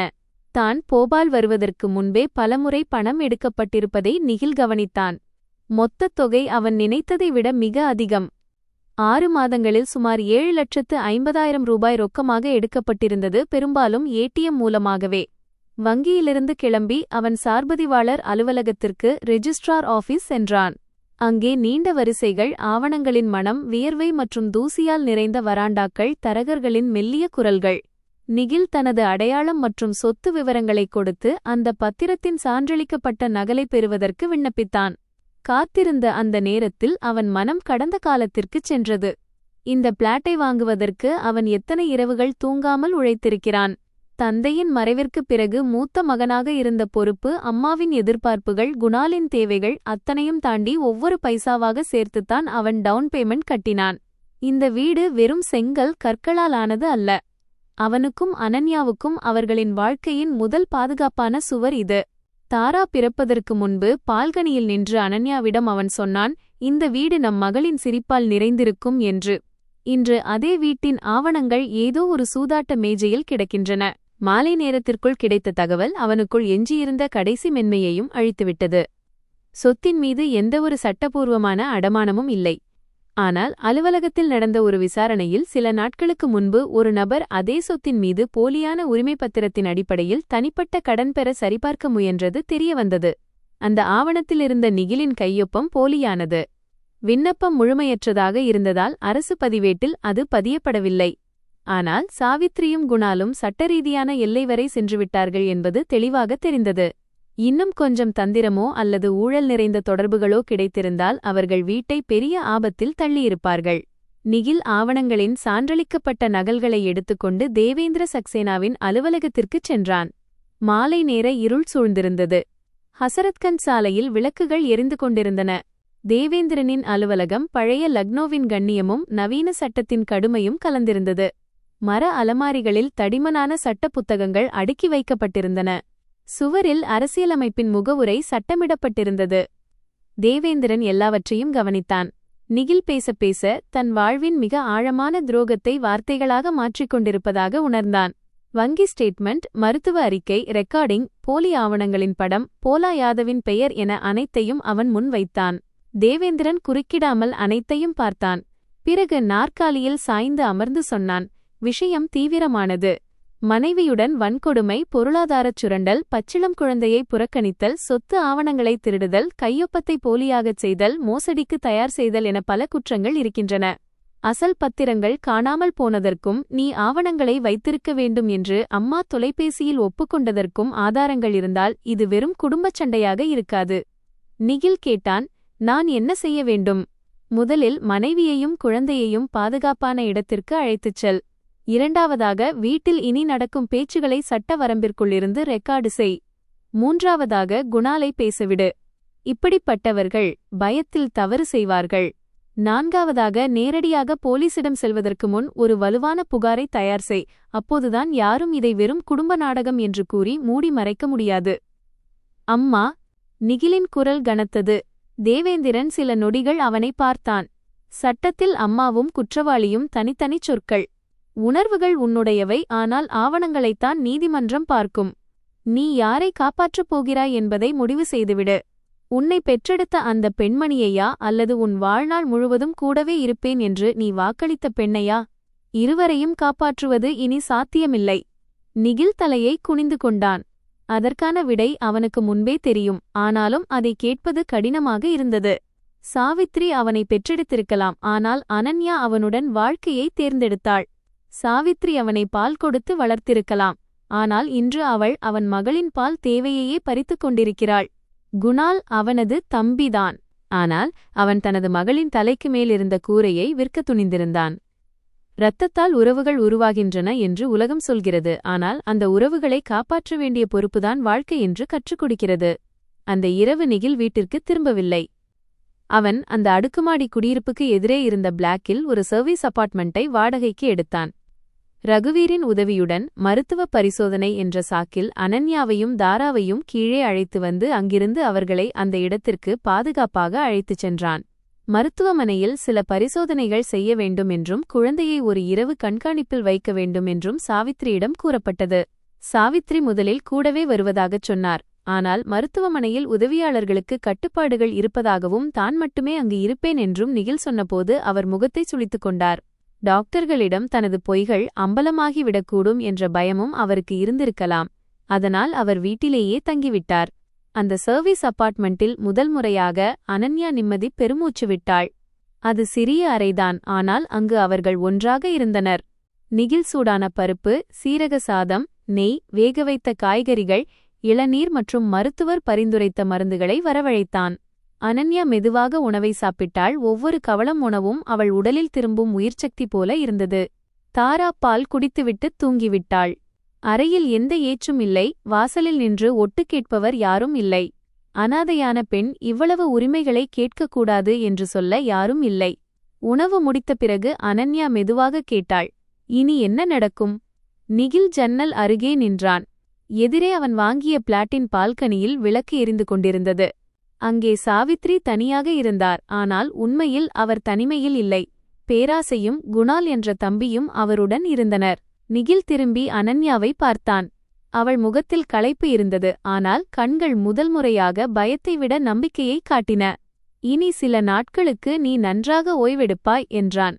நீயும் தாராவும் பாதுகாப்பாக இருப்பீர்கள். மற்றதை நான் பார்த்துக்கொள்கிறேன். அவர்கள் உங்கள் அம்மா. அனன்யா நடுங்கும் குரலில் சொன்னாள். என்னால் உங்கள் குடும்பத்தில் விரிசல் ஏற்படுவதை நான் விரும்பவில்லை. நிகில் அவள் முன் அமர்ந்தான். உன்னால் எதுவும் நடக்கவில்லை. எது நடந்ததோ அது அவர்களின் பேராசையாலும் என் மௌனத்தாலும் நடந்தது. இனி நான் மௌனமாக இருந்தால் அதுதான் குற்றமாகும். அனன்யாவின் கண்களில் கண்ணீர் திரண்டது. எனக்கு பயமாக இருக்கிறது. நான் தான் வீட்டை உடைத்துவிட்டதாக ஊர் முழுக்கச் சொல்வார்கள். மருமகளை பட்டினி போடும் இடம் வீடாக இருக்க முடியாது, நிகில் சொன்னான். வீடு என்பது பலவீனமானவர்களை காக்கும் இடம். யாராவது வீட்டின் பெயரால் கொடுமை செய்தால் அது வீடு அல்ல, சிறைச்சாலை. அவன் அனன்யாவின் கைகளை பற்றிக்கொண்டான். வெளியே நகரம் மழைக்குப் பிறகு மின்னிக் கொண்டிருந்தது. லக்னோவின் அந்த இரவில் தூரத்தில் எங்கோ கோயிலில் ஆராதனை நடக்கும் சத்தம் கேட்டது. எங்கோ சாலையோரம் தேநீர் விற்பவரின் குரல் கேட்டது. வாழ்க்கை தன் போக்கில் சென்று கொண்டிருந்தது. ஆனால் நிகிலின் வாழ்க்கையில் இப்போது ஒரு கோடு கிழிக்கப்பட்டுவிட்டது. அந்த கோட்டின் ஒரு பக்கம் அவனது பழைய நம்பிக்கை இருந்தது, மறுபக்கம் கசப்பான உண்மை இருந்தது. அதே சமயம் அவனது போனுக்கு அடையாளம் தெரியாத எண்ணிலிருந்து ஒரு அழைப்பு வந்தது. அவன் ஸ்பீக்கரை ஆன் செய்யவில்லை, ஆனால் ரெக்கார்டிங்கை ஆன் செய்தான். Nikhil, Awasthi பேசுகிறேனா?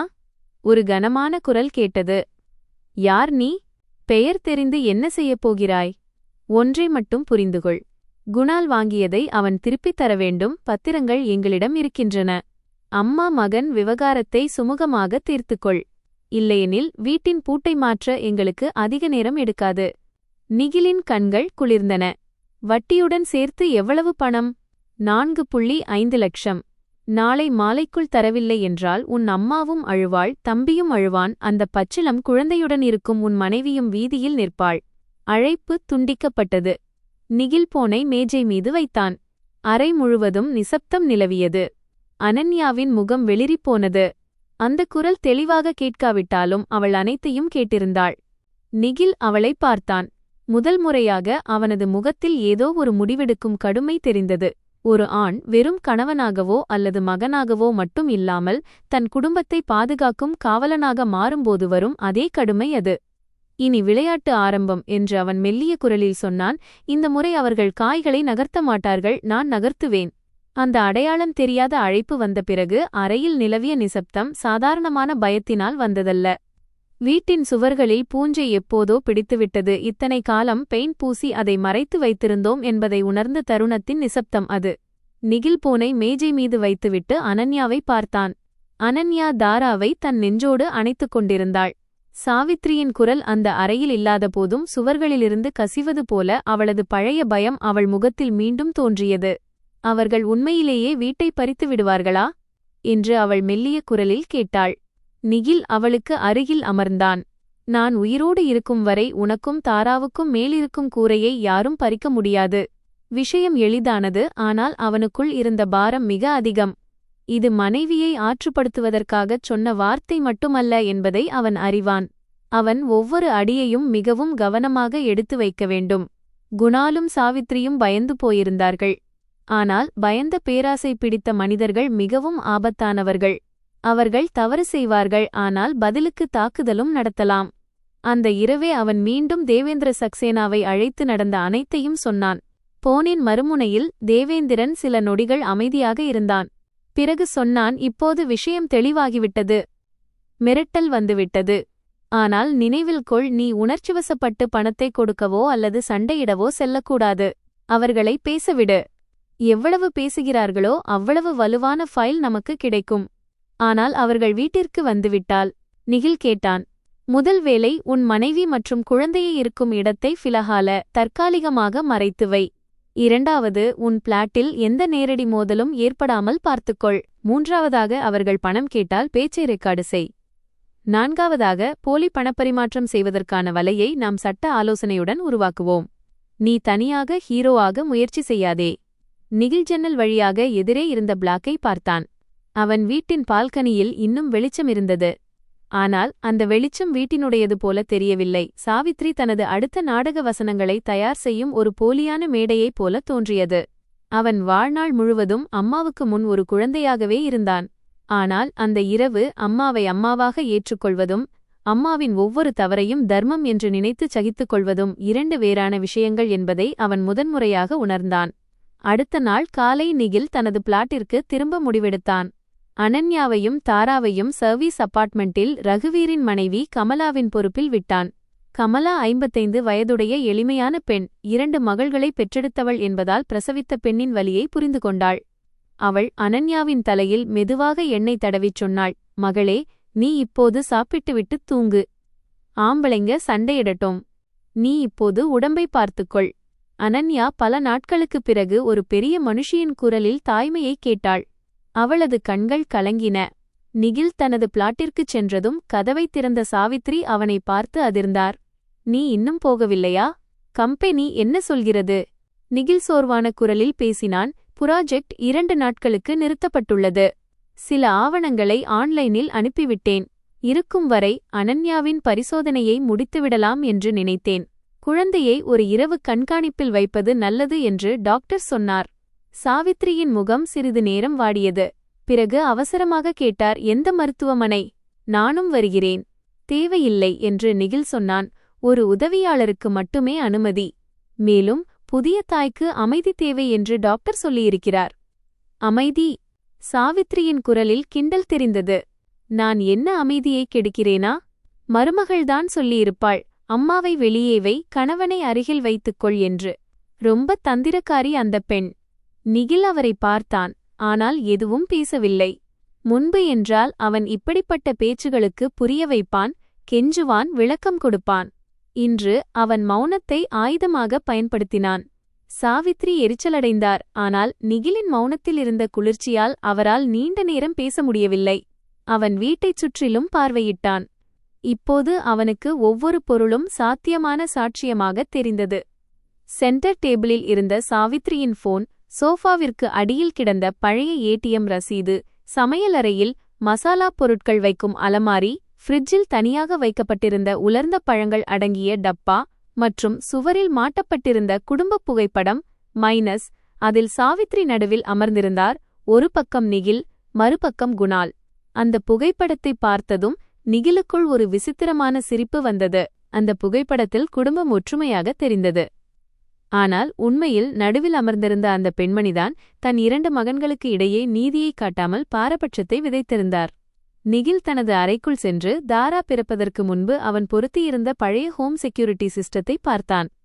Drawing room camera பழுதாகிவிட்டதாக கூறி சாவித்ரி அதன் பிளக்கை கழற்றி வைத்திருந்தார்.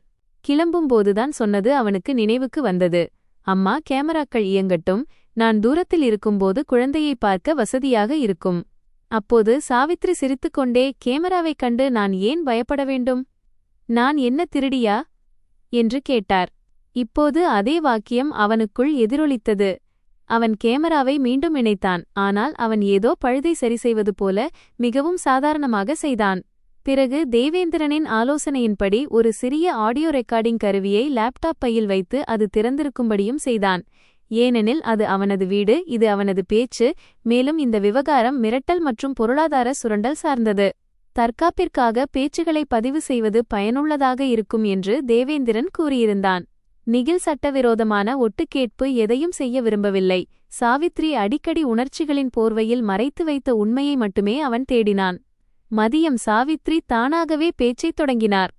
நிகில், என் மீது கோபமாக இருக்கிறாயா? நிகில் தலையை நிமிர்த்தினான். ஏன் அம்மா? நேற்றிலிருந்து உன் முகம் மாறியிருக்கிறது. மகன் தாயிடம் இப்படி நடந்து கொள்ளக்கூடாது. எனக்கு தெரியும், மருமகள் ஏதோ சொல்லியிருப்பாள். ஆனால் நீ புத்திசாலி. பிரசவத்திற்குப் பிறகு பெண்கள் மனநிலை மாறிவிடுகிறது. சில சமயம் அவர்கள் தன் மாமியாரையே எதிரியாக நினைக்கிறார்கள். சில சமயம் மாமியாரே உண்மையான எதிரியைப் போல நடந்து கொள்வார்கள் என்று நிகில் அமைதியான குரலில் சொன்னான். சாவித்ரி காயமடைந்தவர் போல தன் நெஞ்சில் கை வைத்துக் கொண்டார். என்னை எதிரி என்கிறாயா? சரி, நான் கெட்டவள் என்றே வைத்துக் கொள்வோம். ஆனால் குணாலின் தவறு என்ன? பாவம், அவன் சிக்கலில் இருக்கிறான். வெளியாட்கள் அவனை துரத்துகிறார்கள். அவன் போனில் அழுது கொண்டே, அண்ணா என்னை புறக்கணித்து விட்டார், நான் உயிரோடு இருக்க மாட்டேன் என்று சொன்னான். அவன் என்ன செய்திருக்கிறான் என்று நிகில் கேட்டான். வாலிப வயதில் தவறு நடந்துவிடும் என்று சாவித்ரி பழைய வாக்கியத்தையே மீண்டும் சொன்னார். சிறிது கடன் ஆகிவிட்டது. இப்போது வட்டி கூட்டுகிறார்கள். 4.5 லட்சம் கொடுத்துவிட்டால் விஷயம் முடிந்துவிடும். 4.5 லட்சம்? நிகில் மெதுவாக கேட்டான். நேற்று இரவு ஃபோன் செய்த அந்த ஆள் 4500 என்று சொன்னானே. சாவித்ரி பிடிபட்டது போல உணர்ந்தார். ஆனால் உடனடியாக தன்னை சரிசெய்து கொண்டார். குணால் எனக்குத்தான் சொன்னான். நான் அவனது தாய். அவனுக்கு பணம் தேவை என்றால் யாரிடம் சொல்வான்? என் மனைவியின் மருந்துக்கு கூட என்னிடம் பணம் இல்லை. ஆனால் குணாலின் சூதாட்டத்திற்கு 4 லட்சம் வேண்டுமா? சாவித்ரியின் கண்களில் கோபம் கொழுந்துவிட்டு எரிந்தது. மறுபடியும் அதே மருமகள். உன் உலகம் அந்த மருமகள் மற்றும் குழந்தையோடு முடிந்துவிட்டது. உன்னை பொறுத்தவரை அம்மா இறந்துவிடலாம். அவளுக்கு பாதாம் வேண்டும். நான் என்ன வேலைக்காரியா? கேட்பதற்கு எந்த உரிமையும் இல்லை. நிகில் நேரடியாக பதிலளித்தான். உரிமை இருக்கிறது, ஆனால் மற்றவர்களின் பங்கை பறிக்கும் உரிமை யாருக்கும் இல்லை. சாவித்ரி மேஜையின் மீது கையை ஓங்கி அடித்தார். உரிமையா? அந்த பெண் உன் வீட்டிற்கு வந்தாள், அதுவே அவளுக்கு பெரிய உரிமை. உன் தந்தையின் இரத்தமான குணாலுக்கு எந்த உரிமையும் இல்லையா? இந்த பிளாட் உன் தந்தையின் ஆசீர்வாதத்தால் வாங்கப்பட்டது. இதில் உன் தம்பியின் பங்கு இல்லையா? இதைக் கேட்டதும் நிகிலின் முகம் மேலும் இறுகியது. விஷயம் இப்போது உண்மையான பிரச்சினைக்கு வந்திருப்பதை அவன் அறிந்தான். இந்த பிளாட் என் பெயரில் உள்ளது. என் வருமானத்தில் வாங்கப்பட்டது. அப்பா எனக்கு ஆசீர்வாதம்தான் கொடுத்தார், பணம் அல்ல. குணாலின் பங்கு நீங்கள் ஏற்கனவே அடமானம் வைத்து பாதியை கெடுத்துவிட்ட அந்த பூர்வீக வீட்டில்தான் இருக்கிறது. சாவித்ரி கத்தினார். பொய்! நீ உன் தம்பியை அவதூறு செய்கிறாய். அம்மா, உண்மையான பத்திரப்பதிவு ரிஜிஸ்ட்ரி எங்கே? இப்போது சாவித்ரி அமைதியானார். அவரது முகம் வெளிரியது. சிறிது நேரம் கழித்து அவர் முந்தானையால் முகத்தை துடைத்துக் கொண்டார். எனக்கு என்ன தெரியும்? நீ எங்கே வைத்தாயோ அங்கேதான் இருக்கும். காகிதங்கள் காணவில்லை என்றால் உன் மனைவிதான் ஒளித்து வைத்திருப்பாள். சாவித்ரி உடனடியாகச் சொன்னார். அவள் வீட்டை தன் வசப்படுத்த நினைக்கிறாள். அனாதையான அவளுக்கு குடும்பத்தின் கௌரவம் என்னவென்று தெரியும்? நிகில் முதன்முறையாக மேஜையின் மீது கையைத் தட்டினான். சத்தம் அவ்வளவு பெரிதாக இல்லை, ஆனால் சாவித்ரி அதிர்ந்து போனார். அனன்யாவின் பெயரை இன்னும் ஒருமுறை இழுத்தால் நீங்கள் என் அம்மா என்பதை நான் மறந்துவிடுவேன். இதைக் கேட்டதும் சாவித்ரியின் கண்கள் விரிந்தன. தான் வளர்த்த கீழ்ப்படிதலுள்ள மூத்த மகன் கை நழுவிப் போய்விட்டதை அவர் முதன்முறையாக உணர்ந்தார். அவர் அழத் தொடங்கினார். ஆனால் இந்த முறை நிகில் அவரை அழவிட்டான். இந்த அழுகை மனவருத்தத்தால் வந்ததல்ல, தன் கட்டுப்பாடு நழுவிப் போனதால் வந்த அழுகை என்பது அவனுக்குத் தெரியும். அதே மாலை குணாலின் ஃபோன் வந்தது. சாவித்ரி அறைக்குள் சென்று பேச முயன்றார். ஆனால் நிகில் கதவருகே நின்று அதை கேட்டுக்கொண்டான். அம்மா, அண்ணனிடம் சீக்கிரம் செய்யச் சொல்லுங்கள். போலாவின் ஆட்கள் இன்று கடைக்கு வந்திருந்தார்கள். நாளை மாலைக்குள் பணம் கிடைக்காவிட்டால் வீடும் போய்ச் சேரும், கை கால் எல்லாம் உடையும் என்று சொல்லிவிட்டார்கள். நீங்கள் ஏன் பத்திரங்களை கொடுத்தீர்கள்? என்னால் பணத்தை எடுக்க முடியவில்லை என்று சாவித்ரி முணுமுணுத்தார். சத்தமில்லாமல் இருங்கள். அவன் சந்தேகிக்கிறான். குணாலின் குரலில் பதற்றம் இருந்தது. அவனை உணர்ச்சிவசப்பட வையுங்கள். பேத்தியின் பெயரைச் சொல்லுங்கள். உங்கள் உடல்நிலையைப் பற்றிச் சொல்லுங்கள். ஏதாவது செய்யுங்கள். அண்ணனால் அழும் அம்மாவை பார்க்க முடியாது. அவன் எப்போதும் பணம் கொடுத்திருக்கிறான், இந்த முறையும் கொடுப்பான். ஒவ்வொரு சொல்லும் ரெக்கார்ட் ஆவதை பார்த்து கொண்டிருந்தான் நிகில். அவனுக்குள் இருந்த ஒரு பழைய பகுதி மெதுவாகச் செத்துக் கொண்டிருந்தது. சிறுவயதில் குணால் தவறு செய்தாள். நிகில், நீ மூத்தவன், மன்னிப்பு கேட்டுவிடு. சின்னவர்களுக்கு புரியாது என்று அம்மா சொல்வது அவனுக்கு நினைவுக்கு வந்தது. இப்போது அதே 30 வயதுள்ள சின்ன பையன் ஒரு பச்சிளம் பேத்தியின் பெயரை பயன்படுத்தி மிரட்டி பணம் பறிக்கும் திட்டத்தை தீட்டிக் கொண்டிருக்கிறான்.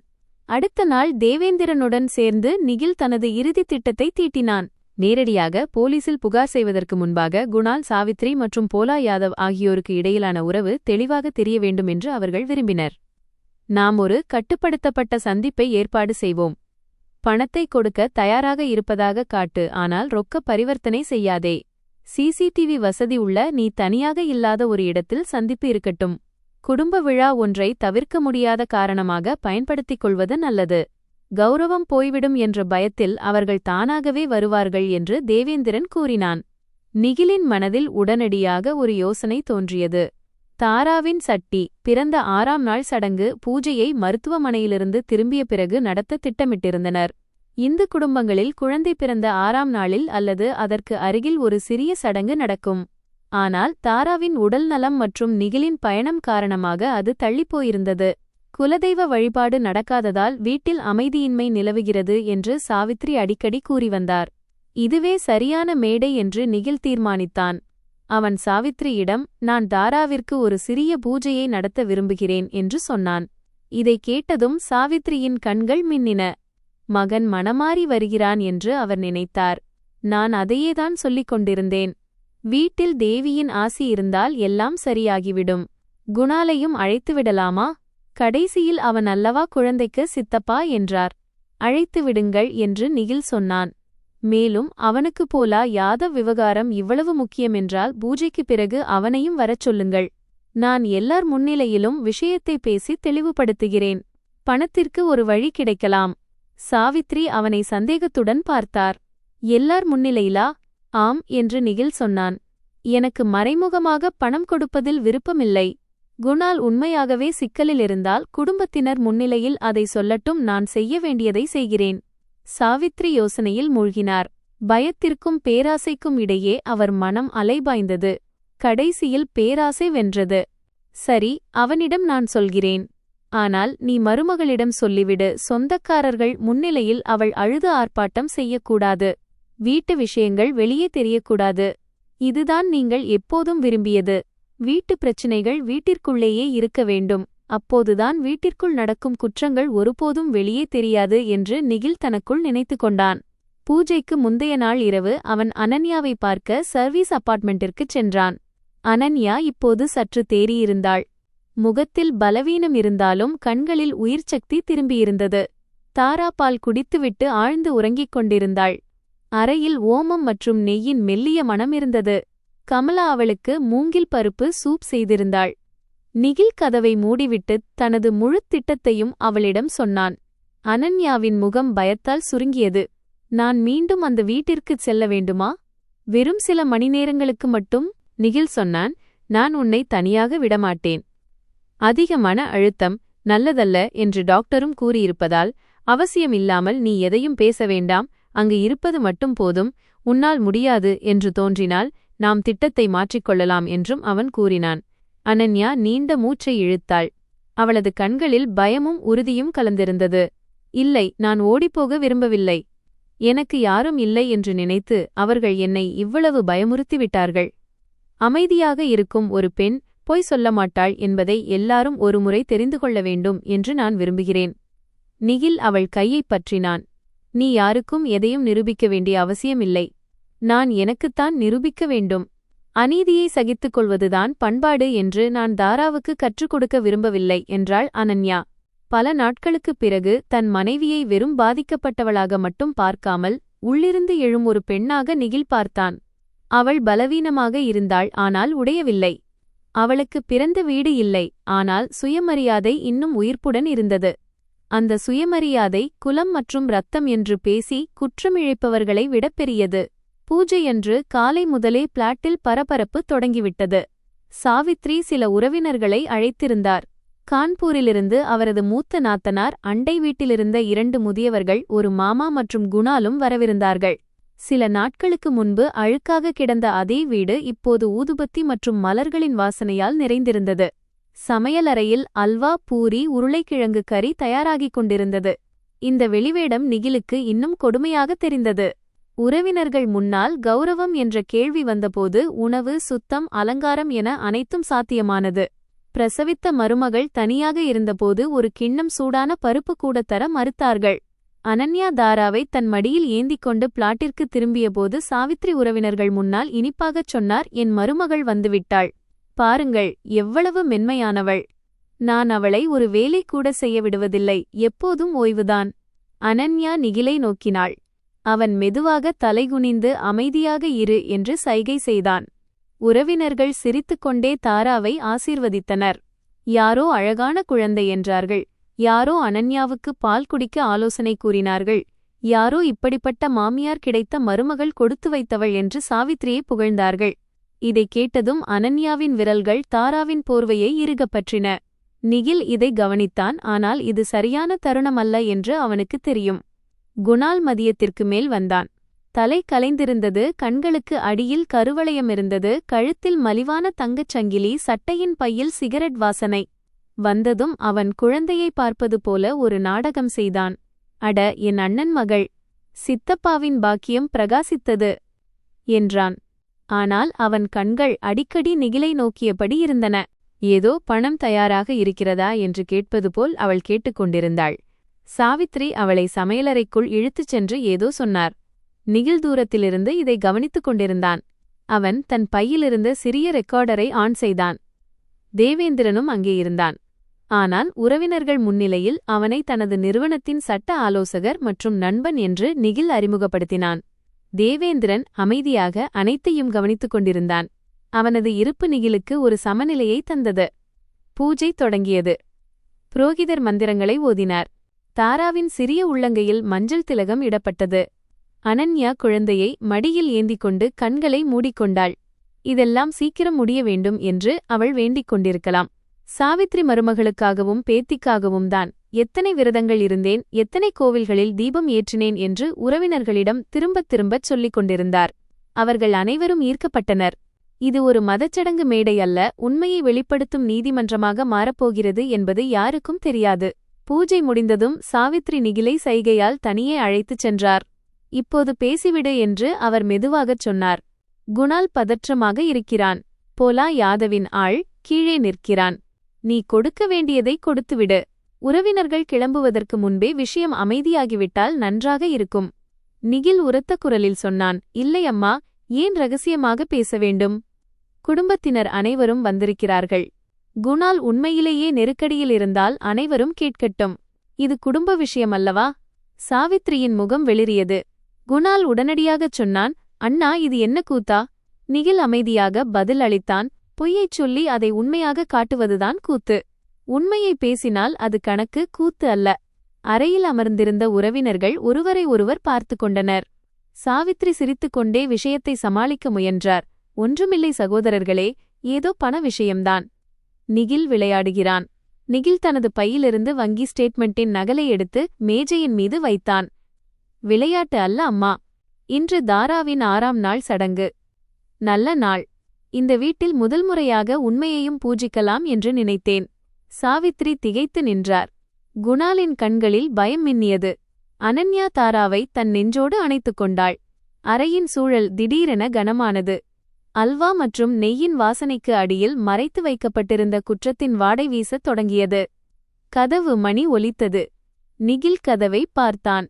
போலா யாதவின் ஆள் வந்திருக்கிறான் என்று அவனுக்கு தெரியும். அவன் காத்திருந்த தருணம் இது. வலை விரிந்துவிட்டது. இனி பேராசையும் பயமும் பொய்யும் அந்த வலையினுள் தானாகவே கால் வைக்க வேண்டும். கதவு மணி மீண்டும் ஒலித்தது.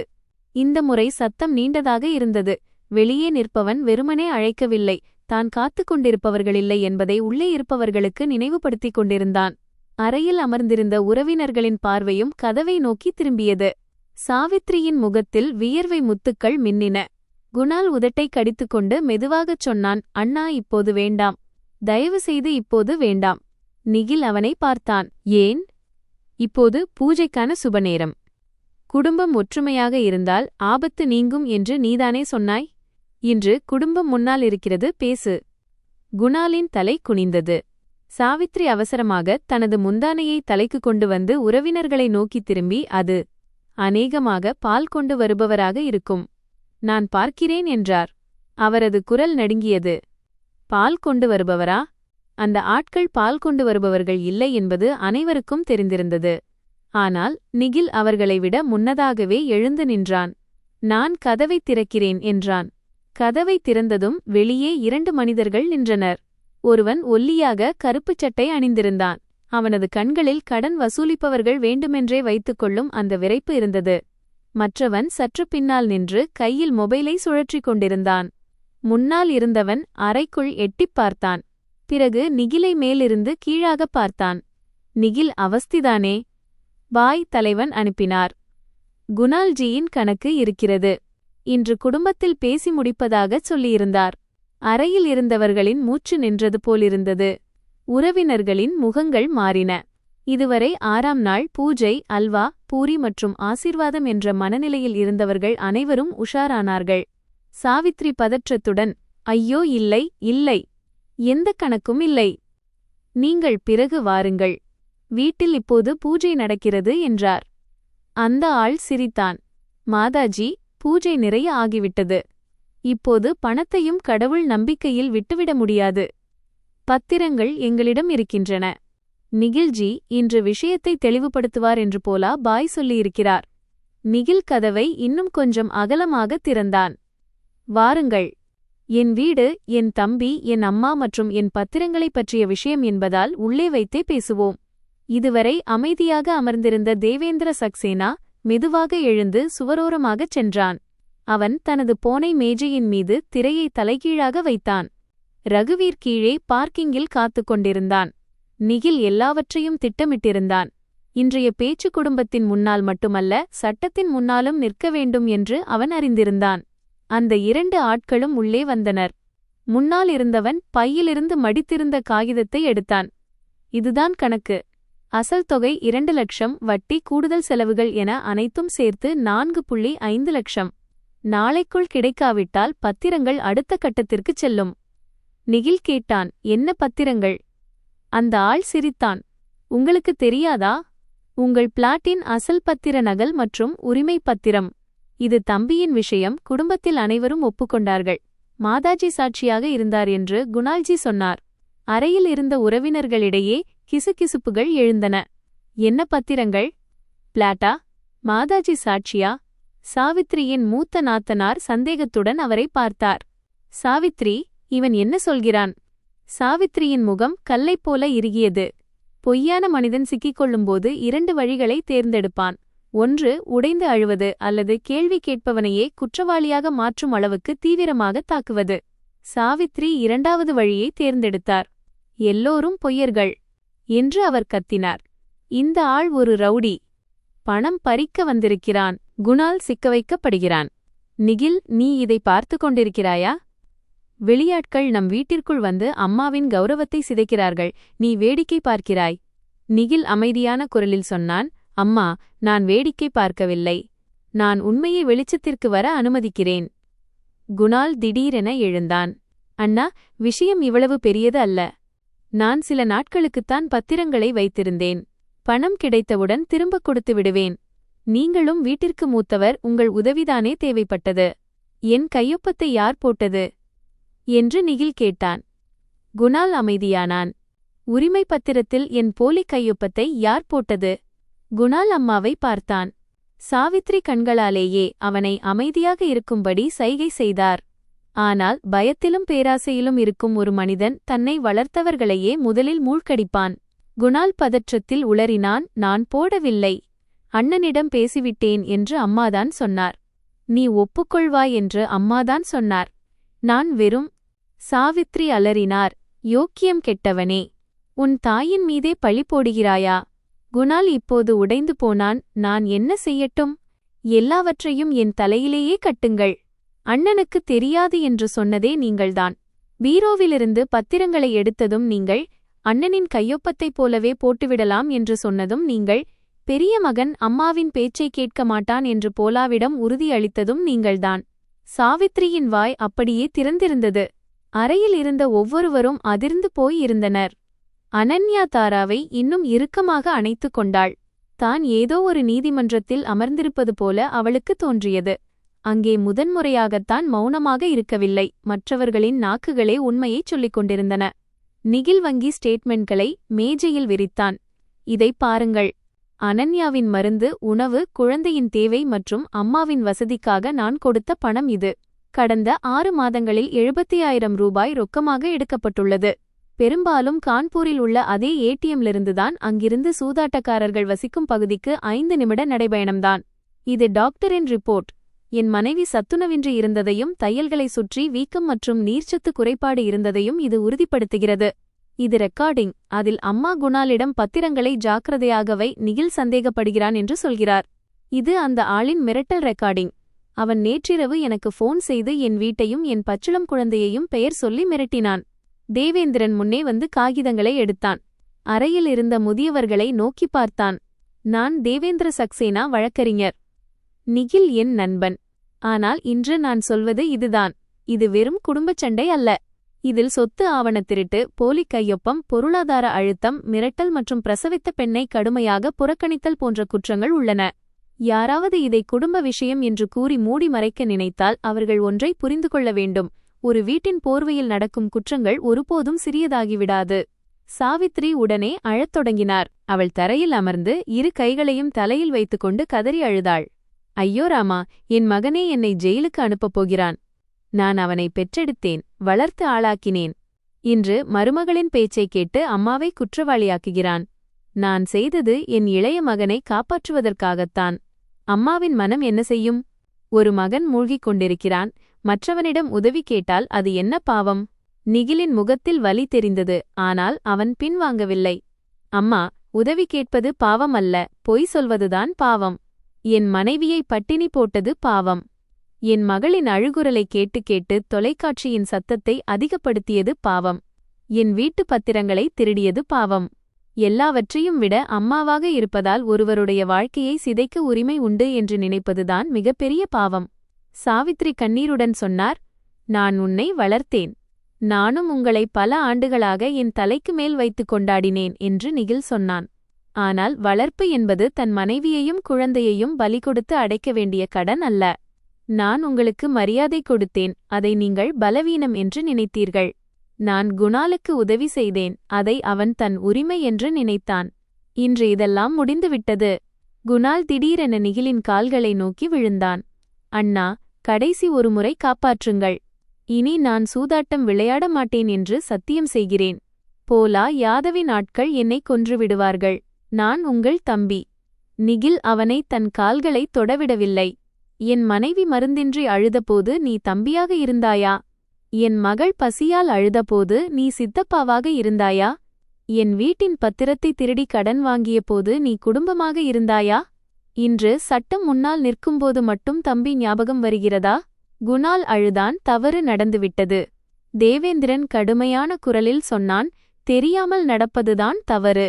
போலி கையொப்பம், கடன், மிரட்டல் மற்றும் ஆவணங்களை மறைப்பது தவறு அல்ல, அது ஒரு திட்டமிடப்பட்ட சதி.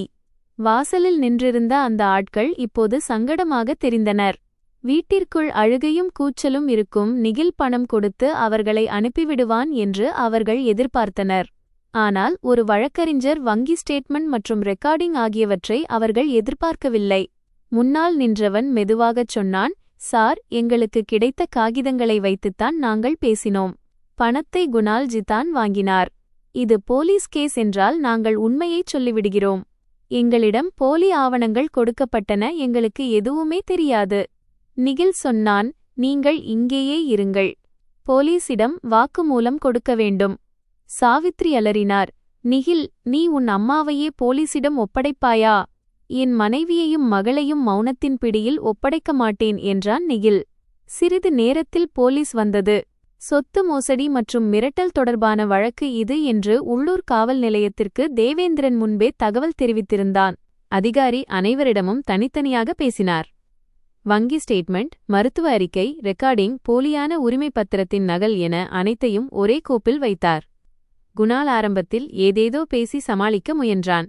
ஆனால் கடனை வசூலிப்பவன் குணால்தான் தனக்கு ஆவணங்களை கொடுத்தான் என்றும் அண்ணனின் சம்மதம் இருப்பதாக சாவித்ரி உறுதியளித்ததாக அவன் சொன்னான் என்றும் தெளிவாக கூறியபோது குணாலின் குரல் உடைந்து போனது. சாவித்ரி தனது கடைசி முயற்சியாக உறவினர்களை நோக்கி திரும்பினார். நீங்கள் ஏதாவது சொல்லுங்கள். அம்மா என்ற முறையில் என்னிடம் தவறு நடக்காதா? வீட்டின் கௌரவத்தை இப்படியா போலீசிடம் கொண்டு செல்வது என்று கேட்டார். இதுவரை அமைதியாக இருந்த அவரது மூத்த நாத்தனார் மெதுவாக சொன்னார், சாவித்ரி, மருமகளை பட்டினி போடுவதால் கௌரவம் காப்பாற்றப்படுவதில்லை. பேத்தியின் கூரையை அடமானம் வைப்பதாலும் கௌரவம் நிலைப்பதில்லை. நீ தாய்மைக்கான தர்மத்தை நிறைவேற்றவில்லை. இப்போது அழுவதால் என்ன பயன்? இதைக் கேட்டு சாவித்ரியின் முகம் கல்லை போல இறுகியது. தான் யாரை பயன்படுத்தி மருமகளை அடக்கி வைத்திருந்தாரோ அவர்களே இன்று அவருக்கு அரணாக இருக்கவில்லை. அதுவே அவருக்கு மிகப்பெரிய அதிர்ச்சியாக இருந்தது. ஒரு குற்றவாளி சட்டத்தைக் கண்டு பயப்படுவதை விட தான் கட்டிக்காத்து வந்த சமூக முகமூடி அனைவர் முன்னிலையிலும் கழன்று விழுந்த அந்த தருணத்தைக் கண்டுதான் அதிகம் அஞ்சுவான். போலீசார் குணாலை விசாரணைக்காக அழைத்துச் சென்றனர். சாவித்ரிக்கும் நோட்டீஸ் அனுப்பி காவல் நிலையத்திற்கு வரச் சொன்னார்கள். ஆரம்பகட்ட வாக்குமூலங்கள் பதிவு செய்யப்பட்டன. அவரது வயது மற்றும் உடல்நலத்தை கருத்தில் கொண்டு அந்த தருணத்தில் அவர் கைது செய்யப்படவில்லை. ஆனால் விசாரணையில் ஒத்துழைக்காவிட்டால் கடும் நடவடிக்கை எடுக்கப்படும் என்று எச்சரிக்கப்பட்டது. போலா யாதவ் மற்றும் அவனது ஆட்களுக்கும் அத்துமீறிய வசூல் மற்றும் மிரட்டல் தொடர்பாக வாக்குமூலம் அளிக்க சம்மன் அனுப்பப்பட்டது. இப்போது இந்த விவகாரம் வீட்டின் 4 சுவர்களுக்குள்ளிருந்து வெளிவந்து ஆவணங்கள், வாக்குமூலங்கள் மற்றும் சட்டத்தின் வெளிச்சத்திற்கு வந்துவிட்டது. உறவினர்கள் ஒவ்வொருவராக கிளம்பினர். அனன்யாவின் கண்களை யாராலும் நேராக பார்க்க முடியவில்லை. சிலர் சாவித்ரியின் இனிப்பான பொய்களை நம்பி ஏமாந்ததற்கு வெட்கப்பட்டனர். சிலர் தங்களின் சொந்த வீட்டிலும் இதுபோன்ற விஷயங்கள் எங்காவது ஒளிந்திருக்கலாம் என்று அஞ்சினர். அறையில் இறுதியில் நிகில், அனன்யா, தாரா மற்றும் சாவித்ரி மட்டுமே இருந்தனர். பூஜை தட்டில் மலர்கள் வாடியிருந்தன. ஊதுபத்தி எரிந்து அடங்கியிருந்தது. அல்வா கிண்ணம் ஆறிப்போயிருந்தது. சாவித்ரி சோஃபாவில் அமர்ந்திருந்தார். அவர் முகம் சுருங்கியிருந்தது. சிறிது நேரம் கழித்து அவர் மெதுவாகச் சொன்னார், நிகில், நான் உன் அம்மா. எது நடந்தாலும் இந்த உண்மை மாறாது. நிகில் அவரை பார்த்தான். உண்மை மாறாது, அதேபோல் என் முடிவும் மாறாது. நீங்கள் இப்போதைக்கு இந்த வீட்டில் இருக்கப் போவதில்லை. நீங்கள் தங்குவதற்கும் மருந்திற்கும் நான் தனி ஏற்பாடு செய்கிறேன். ஏனென்றால் உங்களை நான் வீதியில் விடமாட்டேன். ஆனால் என் அனுமதியின்றி என் மனைவியையோ குழந்தையையோ நீங்கள் நெருங்கக்கூடாது. குணாலின் கடனுக்காக நான் 1 ரூபாய் கூட தரப்போவதில்லை. சொத்து ஆவணங்கள் திரும்ப வரும். சட்டம் என்ன சொல்கிறதோ அதுவே நடக்கும். நீ என்னை வீட்டை விட்டு வெளியேற்றப் போகிறாயா? சாவித்ரியின் குரலில் முதன்முறையாக உண்மையான பயம் தெரிந்தது. வீட்டை வீடாகவே இருக்கவிடாத அந்த இடத்திலிருந்து நான் உங்களை பிரிக்கிறேன் என்று நெகில் சொன்னான். அம்மா, குருட்டுத்தனமான பக்தியும் மரியாதையும் வேறு வேறானவை என்பதை நான் தாமதமாகத்தான் புரிந்து கொண்டேன். நான் உங்களை அவமதிக்க மாட்டேன், ஆனால் உங்கள் குற்றங்களை நான் ஆசிர்வதிக்கவும் மாட்டேன். சாவித்ரி அனன்யாவை பார்த்தார். அவரது கண்களில் வருத்தத்தை விட தோல்வியே அதிகமாக தெரிந்தது. இப்போது மகிழ்ச்சியா? என் மகனை என்னிடமிருந்து பறித்துவிட்டாயே. அனன்யா முதன்முறையாக நேரடியாக அவர் கண்களை பார்த்தாள். அவள் குரலில் பலவீனம் இருந்தது, ஆனால் அவமானம் இல்லை. நான் உங்கள் மகனை பறிக்கவில்லை அம்மா. நான் என் கணவனைத்தான் திரும்பப் பெற்றுக்கொண்டேன். ஒன்று சொல்கிறேன், நீங்கள் என்னை மகளாக நினைக்கவில்லை என்றாலும் உங்களை அம்மாவாக மதிக்கவே நான் முயன்றேன். ஆனால் பசியை பண்பாடு என்றும் பயத்தை ஒழுக்கம் என்றும் சொல்லும் ஒருவரை அம்மா என்று சொல்ல முடியாது. சாவித்ரியால் எதுவும் பேச முடியவில்லை. வாழ்க்கையில் முதன்முறையாக மருமகள் கத்தாமலும் அழாமலும் அவரிடம் உண்மையைச் சொன்னாள். அந்த உண்மை ஒரு கெட்ட வார்த்தையை விட கடுமையாக அவரை தைத்தது.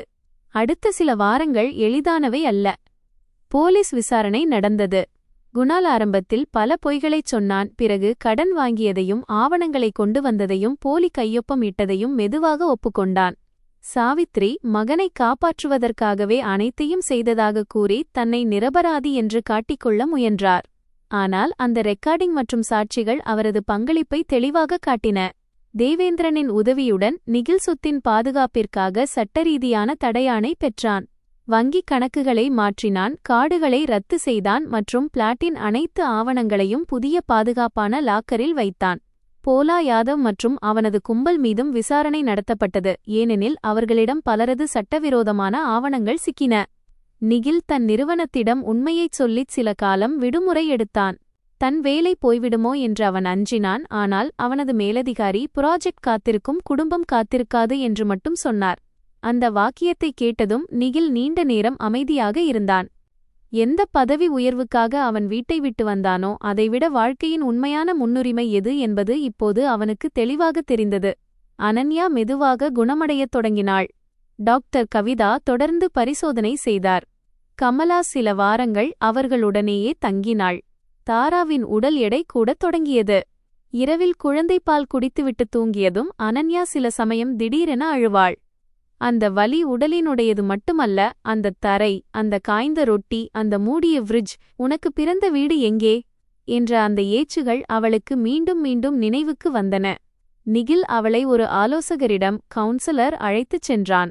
அனன்யா முதலில் தயங்கினாள், பிறகு மெதுவாக பேசத் தொடங்கினாள். பொறுத்துக்கொள்வது எப்போதும் பெருமை அல்ல என்பதையும், சில நேரங்களில் உண்மையை உரக்கச் சொல்வதுதான் உயிரைக் காக்கும் என்பதையும் அவள் கற்றுக்கொண்டாள். சில மாதங்களுக்குப் பிறகு தாராவிற்கு முறைப்படி பெயர் சூட்டும் விழா நடந்தது. இந்த முறை விழா பெரிதாக இல்லை, எந்த வெளிவேடமும் இல்லை. அதிகமான சத்தம் போடாத உறவினர்கள் இல்லை, பொய்யான கௌரவம் இல்லை. அந்த வீட்டில் உண்மையான மனிதர்கள் மட்டுமே இருந்தனர். டாக்டர் கவிதா, கமலா, ரகுவீர், தேவேந்திரன், 2 நெருங்கிய நண்பர்கள் மற்றும் அனன்யாவிற்காக வீட்டிலேயே கஞ்சி சமைத்து அனுப்பிய அண்டை வீட்டு முதியவர். பூஜை தட்டு சிறியதாக இருந்தது, ஆனால் சூழலில் பயம் இல்லை. தாரா மெல்லிய இளஞ்சிவப்பு உடையில் புன்னகைத்துக் கொண்டிருந்தாள். அனன்யா அவளை மடியில் ஏந்திக் கொண்டிருந்தாள். அவள் நெற்றியில் ஒரு சிறிய பொட்டு, முகத்தில் இன்னும் சோர்வின் நிழல் இருந்தது. ஆனால் கண்களில் ஒளி இருந்தது. நிகில் தாராவின் காதுகளில் அவளது பெயரை மெதுவாகச் சொன்னான், தாரா அவஸ்தி. பிறகு அவன் அனன்யாவை பார்த்தான். ஏனென்றால் 2 இரவிலும் தாரகைதான் வழிகாட்டுகிறது. அனன்யாவின் கண்கள் கலங்கின. அவள் மெதுவாகச் சொன்னாள், பெண்ணாக பிறப்பது ஒரு சுமை என்று தாரா ஒருபோதும் நினைக்கக்கூடாது. நிகில் அனைவரின் முன்னிலையிலும் சொன்னான், இன்று நான் பெரிய நீண்ட உரை எதையும் நிகழ்த்தப் போவதில்லை. இரத்த உறவு என்று சொல்லி மௌனமாக்குவது குடும்பமல்ல, வலியைக் கேட்டு எழுந்து நிற்பதே குடும்பம். பெற்றோருக்கு மரியாதை அவசியம், ஆனால் மனைவி மற்றும் குழந்தையை பாதுகாப்பது அதைவிட குறைந்த தர்மம் அல்ல. ஒரு உறவு அன்பிற்கு பதிலாக பயம், குற்றம் மற்றும் சுரண்டலின் மீது கட்டமைக்கப்பட்டிருந்தால் அதிலிருந்து விலகியிருப்பது பாவம் அல்ல, அதுதான் துணிச்சல். அந்த அறையில் அமைதி நிலவியது. ஆனால் இது பயத்தால் உறைந்து போன அமைதி அல்ல, மக்கள் உண்மையை உணர்ந்து உள்வாங்கும் அமைதி. காலம் செல்லச் செல்ல சாவித்ரிக்காக நிகில் தனி இடவசதியை செய்து கொடுத்தான். அவன் அவர்களது மருந்துச் செலவுகளை ஏற்றான். மாதத்திற்கு ஒரு முறை நலம் விசாரித்தான். ஆனால் தன் வீட்டின் சாவியை மீண்டும் கொடுக்கவில்லை. பலர் கடைசியில் அம்மாதானே மறந்துவிடு என்றார்கள். சிலர் வீட்டு விஷயங்களை வெளியே கொண்டு சென்றது சரியல்ல என்றார்கள். நிகில் இப்போது இதுபோன்ற வார்த்தைகளால் உடைந்து போவதில்லை. அவன் அமைதியாகச் சொல்வான், வீடு பாதுகாப்பாக இருக்கும்போதுதான் வீட்டு விஷயம் வீட்டிற்குள்ளேயே இருக்க வேண்டும். ஒருவரது உயிர், கௌரவம் மற்றும் உரிமைகள் நசுக்கப்படும்போது மௌனம் காப்பது குற்றவாளிகளுக்கு துணை போவதாகும். குணாலின் வழக்கு நீதிமன்றத்தில் நடந்தது. அவன் ஜாமீன் பெற முயன்றான். பிறகு போதை மற்றும் சூதாட்டத்திலிருந்து விடுபட மறுவாழ்வு மையத்திற்கு அனுப்பப்பட்டான்.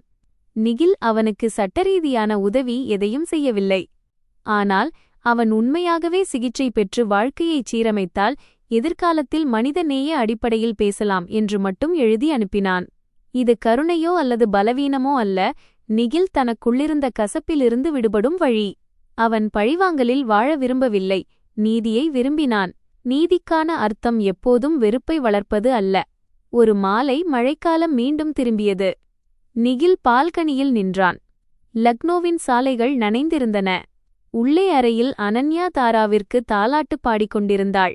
அதே வீடு, அதே சுவர்கள், அதே பால்கனி, அதே நகரம். ஆனால் இப்போது அந்த வீட்டில் ஒரு பெரிய மாற்றம் இருந்தது. இப்போது பயத்திற்கு பதிலாக நம்பிக்கை குடியேறியிருந்தது. கதவின் பூட்டுகள் மருமகளை பட்டினி போட அல்ல, குடும்பத்தை பாதுகாக்க பூட்டப்பட்டன. இப்போது ஃப்ரிட்ஜில் எந்த டப்பாவிலும் தடை என்று எழுதி தனியாக வைப்பதில்லை. அனன்யாவின் மருந்துகள், தாராவின் பால் மற்றும் அனைவருக்கும் தேவையான உணவு சமமாக இருந்தது. நிகில் திரும்பி பார்த்தான். அனன்யா தாராவை தூங்க வைத்துவிட்டு அவனை பார்த்து லேசாக புன்னகைத்தாள். அந்த புன்னகையில் பல விஷயங்கள் இருந்தன. தப்பித்து வந்த பாதை, உடைந்து போய் மீண்டும் எழுந்த வலிமை மற்றும் துரோகத்தால் கிட்டத்தட்ட இறந்து போன நம்பிக்கையின் மெதுவான மீள்வருகை. நிகில் அவளருகே சென்றான். என்ன யோசிக்கிறாய்? அனன்யா சொன்னாள், அன்று இரவு நீங்கள் அந்த கேமராவை பார்க்கவில்லை என்றால் என்னவாகியிருக்கும் என்று யோசிக்கிறேன். நிகில் அவள் பேச்சின் இடையில் குறுக்கிடவில்லை. அந்த கேள்வி அவனது மனதிலும் பலமுறை தோன்றியது. அவன் போனை எடுக்கவில்லை என்றால் என்னவாகியிருக்கும்? மீட்டிங் அழுத்தத்தில் அவன் தூங்கிவிட்டிருந்தால் என்னவாகியிருக்கும்? அனன்யாவின் பயம் அவளது குரலை நிரந்தரமாக அடக்கிவிட்டிருந்தால் என்னவாகியிருக்கும்? வாழ்க்கை எவ்வளவு மெல்லிய நூலிழையில் தொங்குகிறது என்பது இப்போது அவனுக்கு புரிந்தது. அவன் மெதுவாகச் சொன்னான், எப்படியும் உண்மை ஒரு நாள் வெளியே வந்திருக்கும், ஆனால் ஒருவேளை அது மிகவும் தாமதமாகியிருக்கலாம். அதனால் இனி நம் வீட்டில் எந்த வலியும் மௌனமாக இருக்காது. நீயும் இல்லை, நானும் இல்லை, தாராவும் இல்லை. அனன்யா தலையசைத்தாள். பெரியவர்களை மதிக்க வேண்டும் என்று நான் தாராவுக்கு கற்றுக் கொடுப்பேன். ஆனால் அநீதியை பண்பாடு என்று நினைத்து சகித்துக் கொள்ளாதே என்று சொல்வேன். நிகில் தாராவை பார்த்தான். பச்சிளம் குழந்தை உறக்கத்தில் புன்னகைத்துக் கொண்டிருந்தது. வாழ்க்கையில் ஒரு மனிதன் உடைந்து போன பிறகுதான் உண்மையில் புதியதாகப் பிறக்கிறான் என்று அவனுக்கு தோன்றியது. அன்று இரவு அவன் தன் அம்மாவை இழக்கவில்லை. தன் கண்களிலிருந்த மாயத்திரை நீங்கியது. அவன் தன் மனைவியை காப்பாற்றவில்லை, வெறும் பணத்தை மட்டும் கொடுத்துவிட்டு அன்பின் கடமை முடிந்துவிட்டது என்று நினைத்த தனக்குள் இருந்த அந்த பலவீனமான கணவனை அவன் காப்பாற்றினான். அவன் ஒரு மகனின் தகுதியை மட்டும் காப்பாற்றவில்லை, அந்த பிள்ளையின் எதிர்காலத்திற்கான முதல் பாடத்தை எழுதினான். ஒவ்வொரு வீட்டிலும் தியாகத்தின் பெயரில் கட்டுப்பாட்டை கோரும் சாவித்திரியைப் போன்ற ஒரு குரல் இருக்கலாம். இரத்தத்தின் பெயரில் அநீதியை மறைத்து கௌரவத்தின் பெயரில் பலவீனமானவர்களை மௌனமாக்கும் குரல் அது. ஒவ்வொரு வீட்டிலும் குடும்பத்தை காப்பதற்கான விலை என்று நினைத்து தன் வலியை விழுங்கிக் கொண்டிருக்கும் அனன்யாவைப் போன்ற ஒரு பெண் இருக்கலாம். ஒவ்வொரு வீட்டிலும் ஒரு நிகில் ஒரு நாள் தானாகவே வேடிக்கை பார்க்கப் போகிறானா அல்லது கணவனாகவும் தந்தையாகவும் மாறப்போகிறானா என்பதை தீர்மானிக்க வேண்டிய கட்டாயம் ஏற்படலாம். உறவுகளின் உண்மையான தேர்வு பண்டிகைகள், புகைப்படங்கள் மற்றும் இனிப்புகளில் இல்லை. வீட்டின் மிகவும் பலவீனமான நபர் அழும்போது மற்றவர்கள் டிவியின் சத்தத்தை அதிகப்படுத்துவார்களா அல்லது அவர் அருகில் அமர்வார்களா என்பதை தீர்மானிப்பதில்தான் உண்மையான தேர்வு இருக்கிறது. எந்த வீட்டில் பசியை பண்பாடு என்றும் அவமானத்தை ஒழுக்கம் என்றும் மௌனத்தை கௌரவம் என்றும் சொல்லப்படுகிறதோ அங்கு சுவர்கள் சலவை கற்களால் ஆனாலும் அது வீடல்ல, அது ஒரு சிறை. எந்த சிறிய அறையில் ஒரு பெண்ணுக்கு சரியான நேரத்தில் மருந்து, மரியாதை, உணவு மற்றும் பயமின்றி பேசும் உரிமை கிடைக்கிறதோ அங்கிருந்தே குடும்பத்தின் உண்மையான ஆலயம் தொடங்குகிறது.